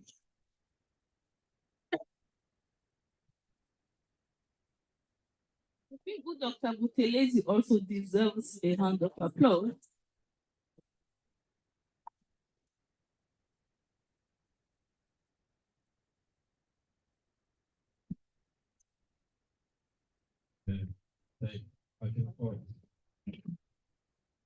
Thank you very much for the questions asked from the floor. The first one was, so what is to be done? Where do we find the money to do this work? The answer is simple. I presented it in my third slide. You put money where your priorities are. The Auditor General releases the reports every year to essentially tell us that the resources of South Africa are not being used for its priority. That's what the auditor, if you read carefully at her reports, she's telling us one thing, that the resources of South Africa are not being used for its priority. They're not being used for what the revolution was being waged for, So I liked that question that asked, how is the international office in the Universal Zululand trained? I think that question, if you had more, it's just that in this dialogue, there's always 2 minutes, 3 minutes, we don't have time to sit and properly concretize discussions and insights for a qualitative output, you know? The question is, what are the priorities of our international office at the University of Pretoria? How is it framed? Is the West its priority, or is Africa its priority? Is it going to deepen our students on the African context to know their continent and themselves more than they know their enemy? That is a question we need to put on the table. And that question will be determined by time as we move ahead, but also where are its priorities and resources placed, you know?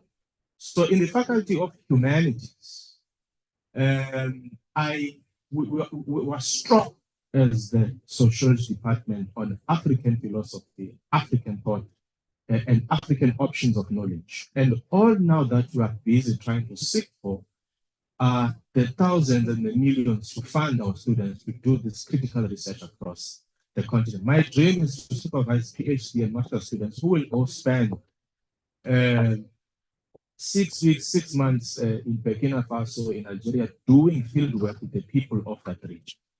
That, for me, will produce the type of knowledge you need for the decolonial option that we're heading to. And then lastly, whenever colonial systems are challenged in the hands of white people, right, they always pretend as if they are dead by giving offices to black faces, right?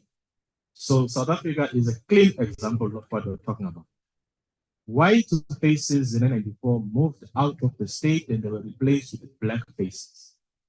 But the question is, the black faces we have in front of us, who are hyper visible concerning all our problems, did they decolonize the structures of the state, or are the structures of the state still colonial now with black faces in front of us? And that question is clear for all of us to see, that we do have black faces in the state, but the program being pursued still remains colonial like it was before. Same thing with universities. We replace white faces as vice chancellors, as deans and professors. We put in black faces. But if the epistemic project remains colonial, then that black face is useless. They are going to continue perpetuating the colonial project as well. The chairperson said there's no time. Let me stop.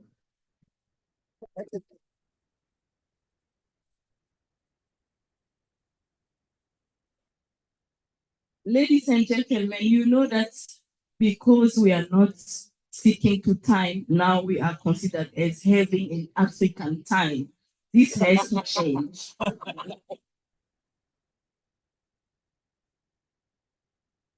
Okay, my take is on the question of what type of Africa do we want?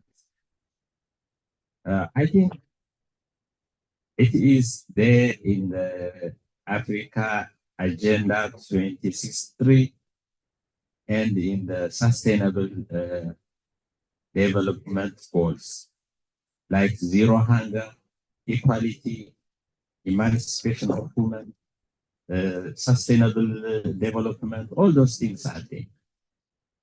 But now there are challenges. One is there is youth unemployment. Africa is the youngest continent, but there is still unemployment. 40% of the population is under 15. We need to create jobs. Another one is, in fact, I would call this the central problem is our institutions are not strong. Corruption, poor governance. Another one is the adoption of technology, which could help all these challenges. Another thing is resource allocation. Prof said Africa is rich in resources, but we need to manage it. So that is why, as a faculty of commerce, administration, and law, we have the role to in justice, in governance, in introducing sustainable and efficient ways of administration, and the young, for those who are here It is your future. It is up to you. Go and correct. Don't be part of the mistake or don't be part of the problem. Thank you so much. Okay, for me, I really want to echo what my colleague has said regarding the issue of the resources that we tend to take our resources outside. Just imagine how much crude oil Nigeria is having, but who's processing it? So what is it that we can do? Do we have skills to process it and then distribute it to our own people? Why do we have to depend on the Western to process our resources and then they inflate prices whenever they are sending back to us? So we need to also look at our curriculum as Africans. Are these curriculum that we are teaching to our students talking to the need of Africa? Are we really teaching our students, or are we giving our students the proper skills? If you may just look at the number of PhDs that we are having in the continent, why can't we have our own industry where we can produce these, or where we can maybe process some of our precious materials that we are always exporting externally? So I think those are the things that we need to question as Africans, and we have to infuse our civilization and how we can really move forward as Africans. We need to be free, yes, but then we need to also try to join hands with those who are out of our country and of our continent, and then try to create or make our own industries that will then process our own resources and be able to distribute among ourselves. Thank you.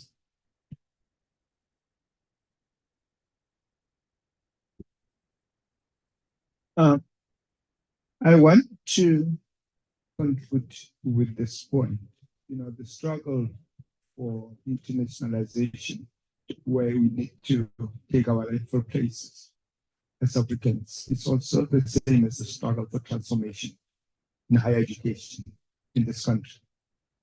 And I go back to the point which I made earlier. Let us use our brains. We know what is right. And in our spheres of operation and our spheres of influence, let us do those things which we know they are good, will be good for the development of our people. In my first year as Dean of the Faculty of Education, I under-enrolled students. And the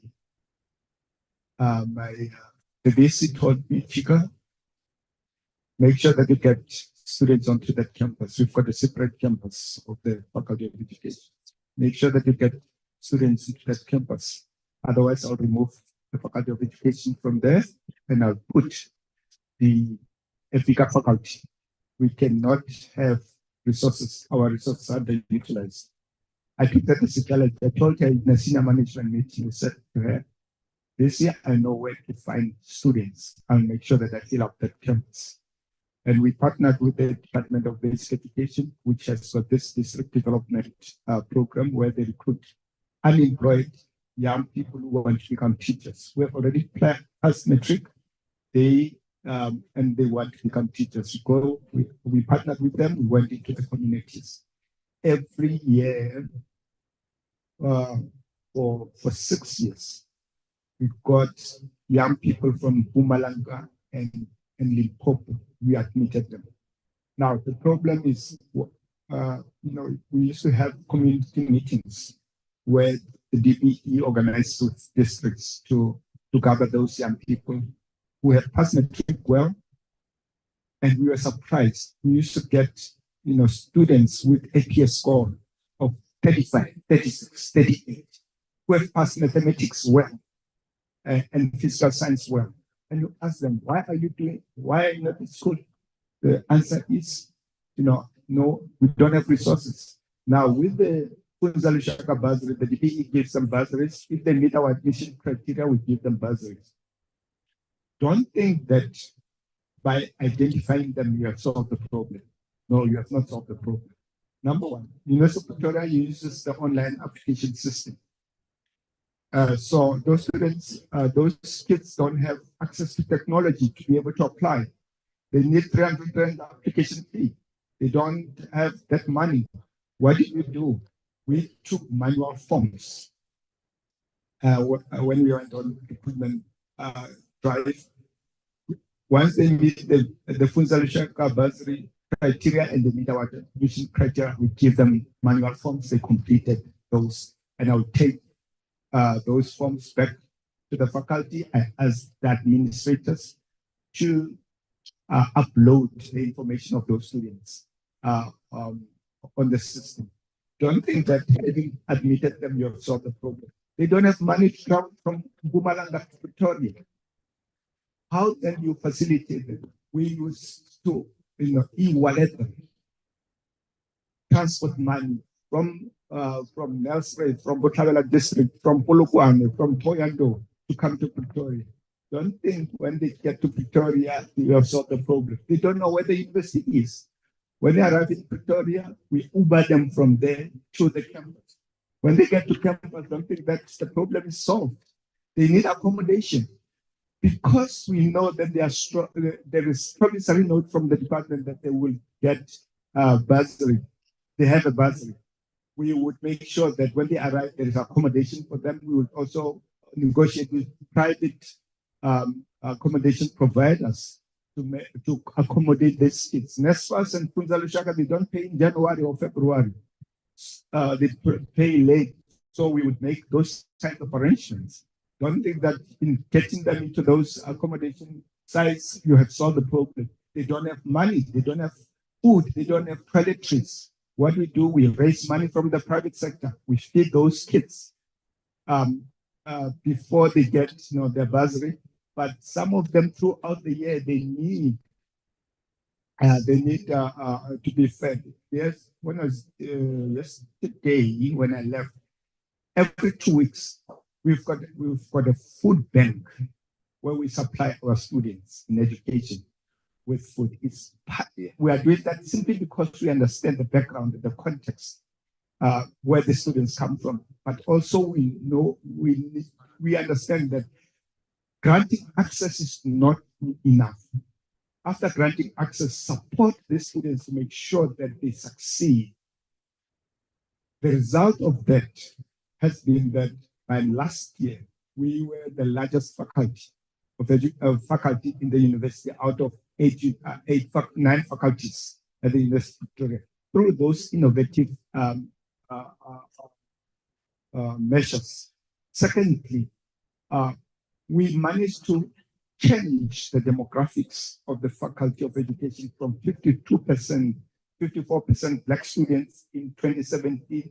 Last year, 83% of our students were Black. And we increased that access and changed those demographics without dropping the performance of the faculty. Our students, 94% of our students, the module success rate in our faculty is 94%.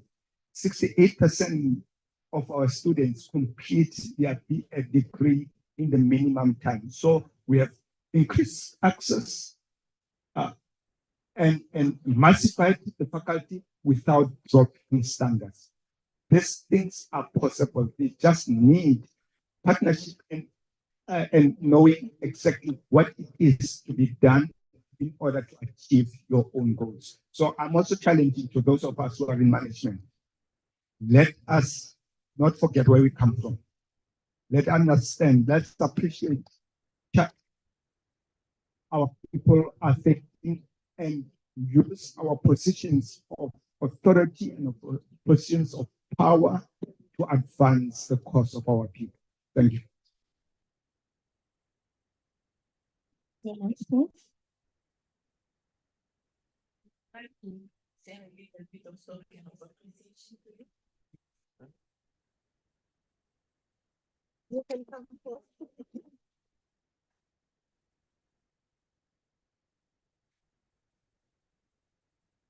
Professor Sihole, what a profound speech.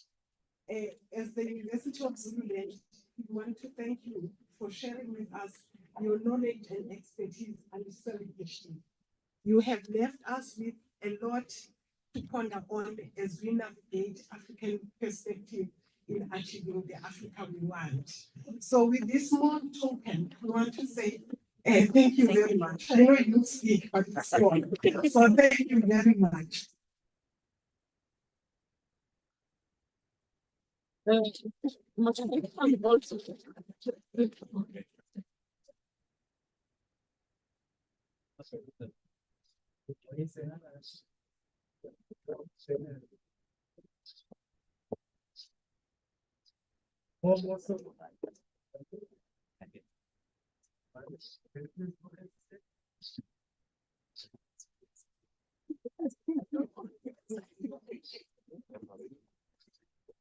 This is politics.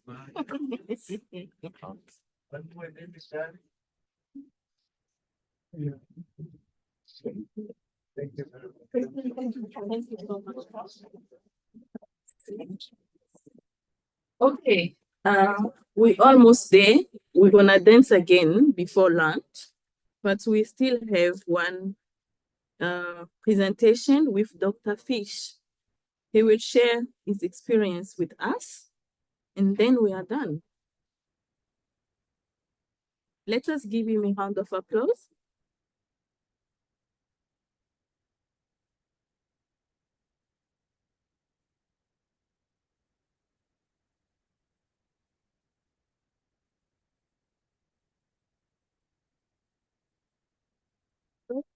Oh, it's there.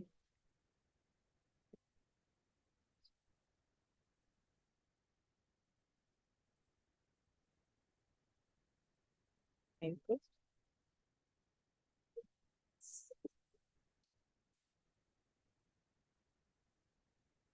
Right, good afternoon, everybody, and I would like to greet the VC and the DVCs, deans, staff members like myself, and also the most important people, the students. And I promise to be brief because I know that you've been listening for a long time. We've had some wonderful presentations which have been very philosophical and sociological. Mine will be intensely practical. And I'd just like to share an opportunity that I had for an international experience on a Fulbright scholarship in the USA in 2023. And I've called this Standing on the Shoulders of Giants because that was the opportunity that I had to work with some of the world leaders in my particular field. And because I can't see it, I just want to confirm that my presentation is showing on the screens. Okay, thank you. So this phrase about standing on the shoulders of giants is something that Isaac Newton said in his writing. He said, if I've seen further, it's by standing on the shoulders of giants, and a recognition of the fact that everything we do builds on what has come before us. And I had the chance to go to the USA on a Fulbright scholarship tomorrow at midday. Susan Knowles from the US Consulate in Durban will be addressing you about the Fulbright scholarship. There are opportunities for students and also for researchers and scholars like myself. And it really is a wonderful program which gives us a fantastic opportunity for international experience. When I did my PhD, which was quite recent, I cited Falcon Deer King more than anyone else because for 50 years they've been the world leaders in free choice education research, and I got to spend a year with them. But let me go back a little bit to introduce myself. I've been at the university 32 years. Actually, I've been running UniZulu Science Center. In 1996, we moved off campus to Richards Bay, but I'm sure that some of you students here probably visited the Science Center or came through my programs. I've had the privilege of seeing 500,000 children in that time. And the picture in the bottom right-hand corner is to show you that I haven't got any older in the time, because that was my first day of work, and that was 30 years ago. Fulbright made this opportunity possible, and as I said, you'll hear a lot more about the details for that. But I want to try to make this link. And I really love the African Union's commitment to the Africa we want by 2063. Now, I will be long retired, and I'll be 98 years old in 2063. So I don't think I will be the one implementing it, but the students, you're the ones who are going to be making it happen. And I think it's a very important goal for us to work towards. So this was my proposal for the Fulbright. Don't worry about the details of it. But basically, what I proposed was to come back to South Africa and to establish free choice learning research in Southern Africa. Now, if you do apply for a Fulbright, keep in mind, they're not so much concerned with what you will do in America as what you will do with it when you come back. So the Fulbright program is very much about the development of Africa. Last year, UniZulu had the prestige of having 2 Fulbright scholars, myself and Dr. Evelyn Madaroba, who is the head of biochemistry. She went to Harvard on the East Coast. I went to Oregon State University on the West Coast. This was the proposal which I put in actually 3.5 years ago now. It's a very long process, that I would develop a research program at the bottom to be effectively implemented at UniZulu through the Science Center Network, the Institute of Physics, and various other networks. So these were my mentors, and I like to say that lifelong learning is a reality. In the picture on the right, the 3 people in the picture have dominated their field for 150 years between them. They're all in their 70s and their 80s, and yet I still had a lot to learn from them. So I was in the town of Corvallis, which is the home of Oregon State University. They have a STEM research center, science, technology, engineering, and mathematics, which I was also able to be part of, but mostly to work with these 2. Now, again, I could spend a long time telling you about them, but I don't want to bore you. Dr. John Falk's CV is 28 pages long. He founded the Institute for Learning Innovation. He is professor of free choice learning at OSU for many years, and he is one of the leading social scientists in the world. I'm not a social scientist. I'm a physicist, like Dr. Dlangamandla. But as I say, I could go on for a long time, his CV. His wife, Dr. Lindeer King, is arguably the second leading researcher in this particular field of free choice learning research. And her CV is 40 pages long, and I won't bore you with that. Look at what they say on their website. Only 5% of our lifetime learning takes place inside the classroom. Think about that. Only 5%. We study the other 95%. There's been so much research in education, but very little research in the education that happens informally. Learning transforms lives. Together, we can transform learning. Now, maybe you wonder about that figure of 5%, but if you look at your life, there's 3 dimensions to it. We probably live about 70 years. We have about 16 hours available in the day from about 7 a.m. to 11 p.m., and we have 12 months available in the year. And if you look at your schooling from grade 1 to 12, it doesn't take all the months of the year or all the hours of the day or all the years of your life. If you add to that your college or university education, and you look at the volume of those pink and green blocks, you can do the calculation quite quickly, but it's only 5% of the total volume of our life. In fact, it's only quite recently in the history of man that we've taken to formal education. For thousands of years, people learned informally. It's only recently we've sat children down in classrooms, and what makes me sad is that the picture on the left is 100 years old, and classrooms haven't really changed very much. And I have to ask, is this the Africa that we want in terms of the way we are educating our children? So John Falk and Lindeer King, the main book they wrote was called The Museum Experience. I run a science museum, so that is my field. And I had the opportunity to work through this with them. They proposed various models for understanding science museums.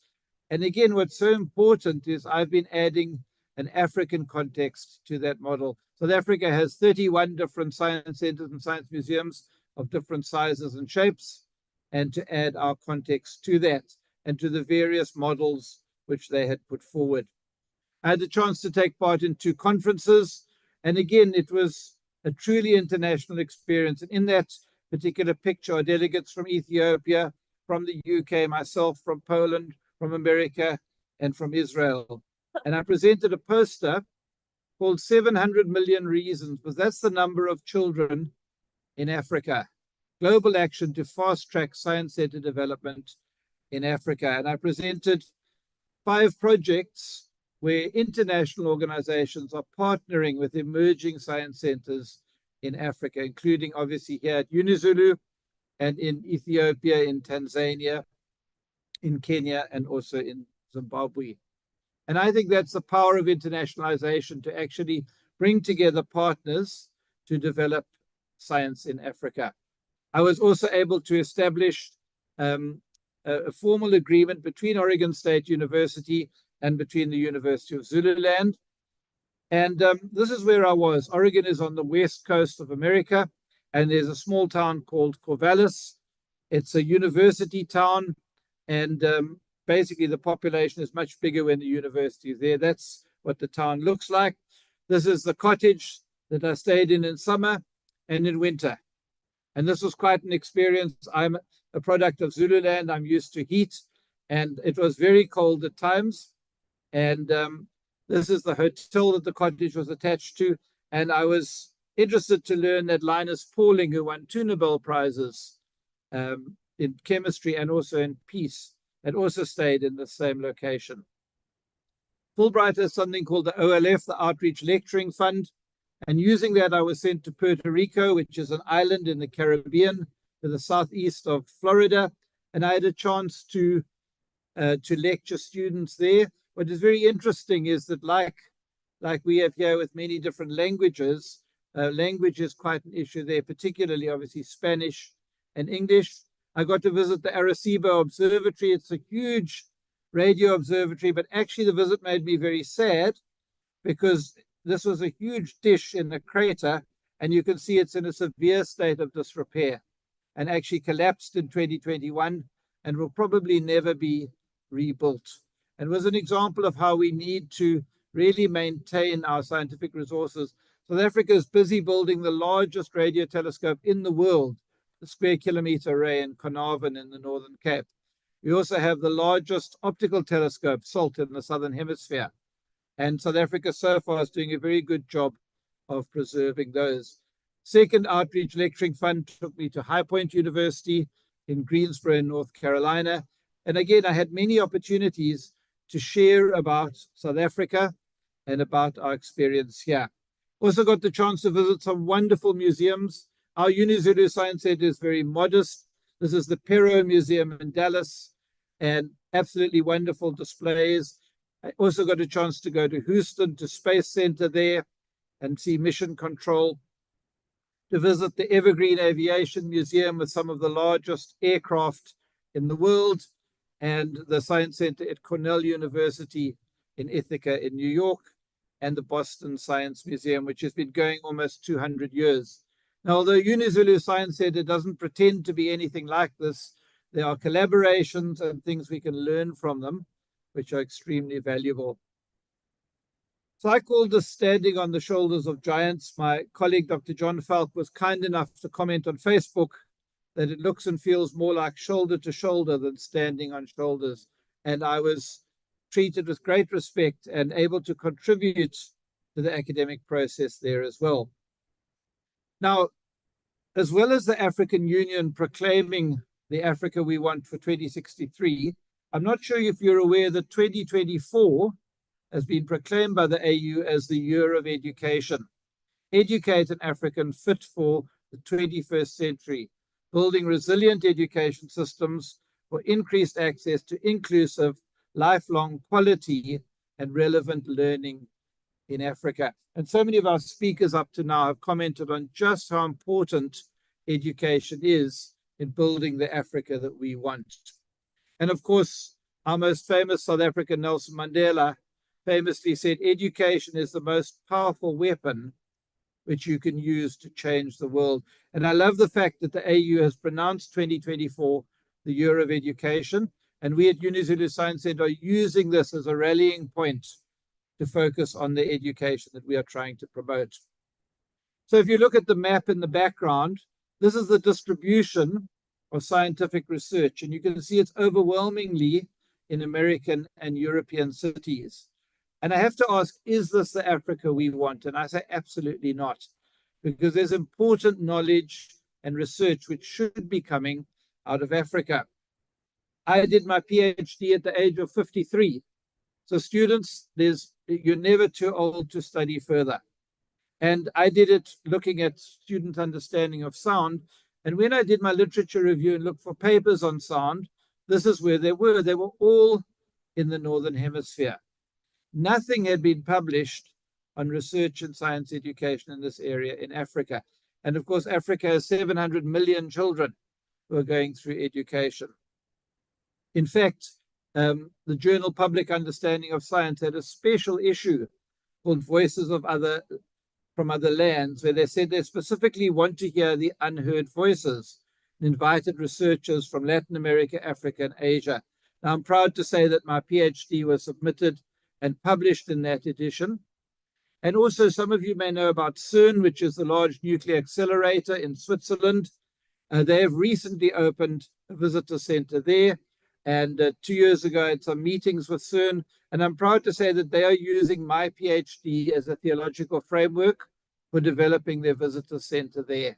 And we need more research coming out of Africa and into Europe, and not just the other way around, as some of the speakers have been saying. So what was my Fulbright all about in summary? So this roadmap is something that I wrote before I went to America, in fact, at the end of 2022. And I said that in February 24, on my return to UniZulu, I would meet with community engagement, globalization, NRF outreach. And at the end of 2024, SARSTEC is the Science Center Network for Southern Africa, which I helped to establish in 1995. That my aim was to get Falcon Deerking, the people I worked with in America, as keynote speakers with funding from Fulbright, and to have a free choice learning focus to the conference. I remember this is the proposal that I wrote almost 2 years ago. Now I'm proud to say I'm here at the Globalization International Education Conference. I've had extensive meetings with UniZulu, and the 25th Science Center Conference is happening this year in November, and you can see for the first time their theme is embracing research and innovation.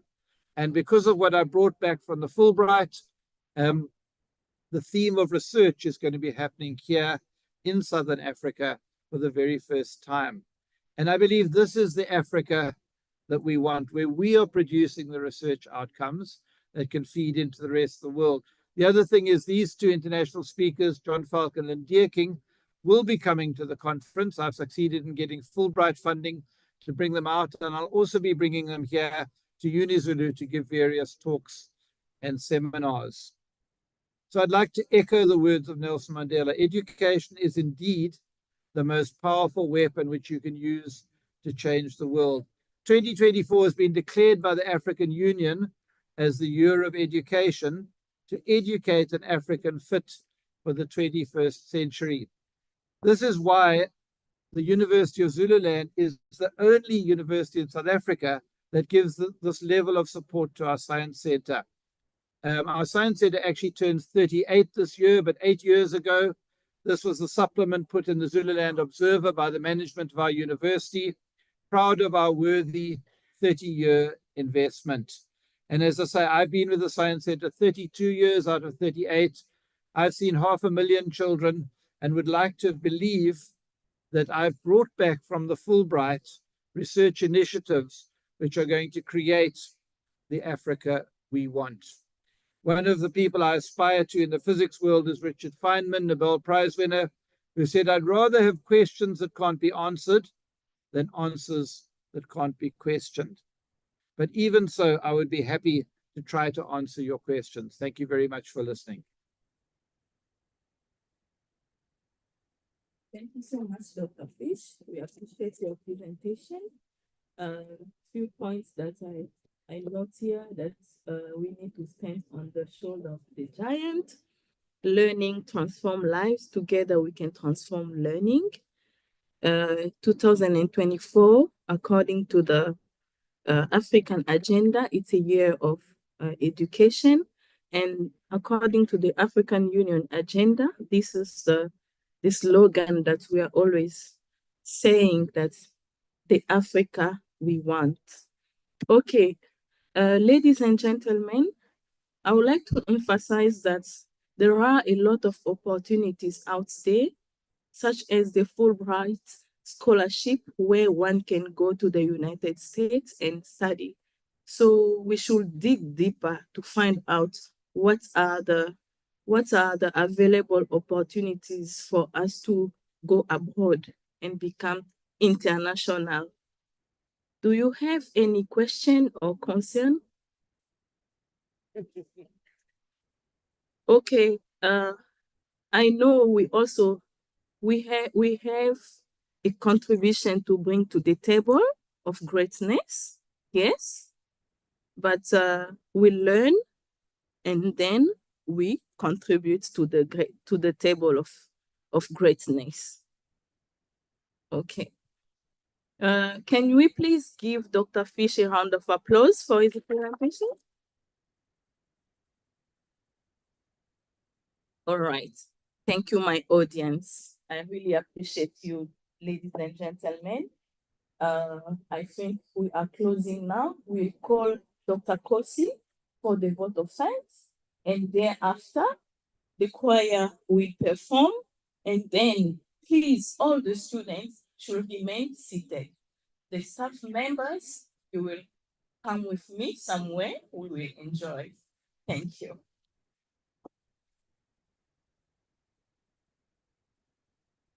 Thank you, Prof. To the VC, the DVCs of the institution, deans of faculties, university staff members supporting and academics, to the students and the participants online, receive my greetings this afternoon.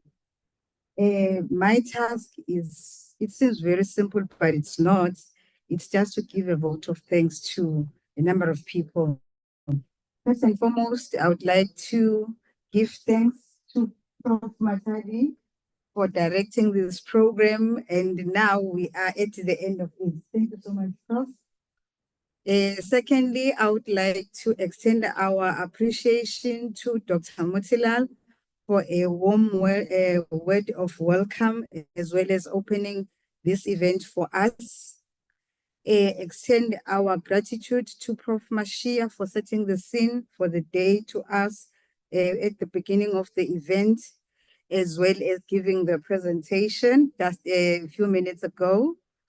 To Prof. Kolanisi for introducing our guest speaker in absentia, who has just left because of the time that he has left for him to get to the airport. And then again to Prof. Sahule for actually sharing the insightful presentation with us. I think everybody can agree with me that was very thought-provoking, and he drew from his own experiences. Again, to our panelists, that is Dr. Ndangamandla, Dr. Tselezi, Dr. Mzileni, as well as Dr. Bengeja, for actually helping us to digest the thought-provoking speech that we had earlier on. Again, to Dr. Fish for sharing his lived experiences. We have learned that it's doable. You can leave South Africa, go abroad, and then make it. Again, I would like to extend our appreciation to the CMD team that is led by Mr. Mtambo. And then again to ICT for their technical support, and they are led by Mr. Fadam. Again, I would like to express our gratitude to the choir for the beautiful renditions, and then they make sure they actually made this event to come alive. I could see that some of us at some point in time were standing and dancing. Again, I would like to express our appreciation to the International Office that is under the leadership of Prof. Mashia, as well as everybody else that was involved in putting this event together. And in addition to that, I would also like to acknowledge that this international office was working together with the Department of Consumer Sciences, Recreation and Tourism, where I come from, as well as Creative Arts, and they were all together with their students. And then I would also like to thank the audience for whom this event would have not been possible. So I would like to extend our gratitude to the audience that is here physically, as well as those that are online. And then I would like to emphasize and indicate that tomorrow we still have another day, as well as on Thursday. So please make sure that you come in numbers again, as you did today, to grace this event with your presence. We really appreciate that a lot. Can you please give yourselves a round of applause for being here? I think I have reached the end of my time. Thank you so much, Professor. Thanks to you too, Dr. Kosi, for the vote of thanks. Okay, I think we are done for today. And please, the choir, we need another performance for us to close in dancing. The academic staff members, I will lead you where to go. Staff members. The student will remain here, but all the staff members, please come this side.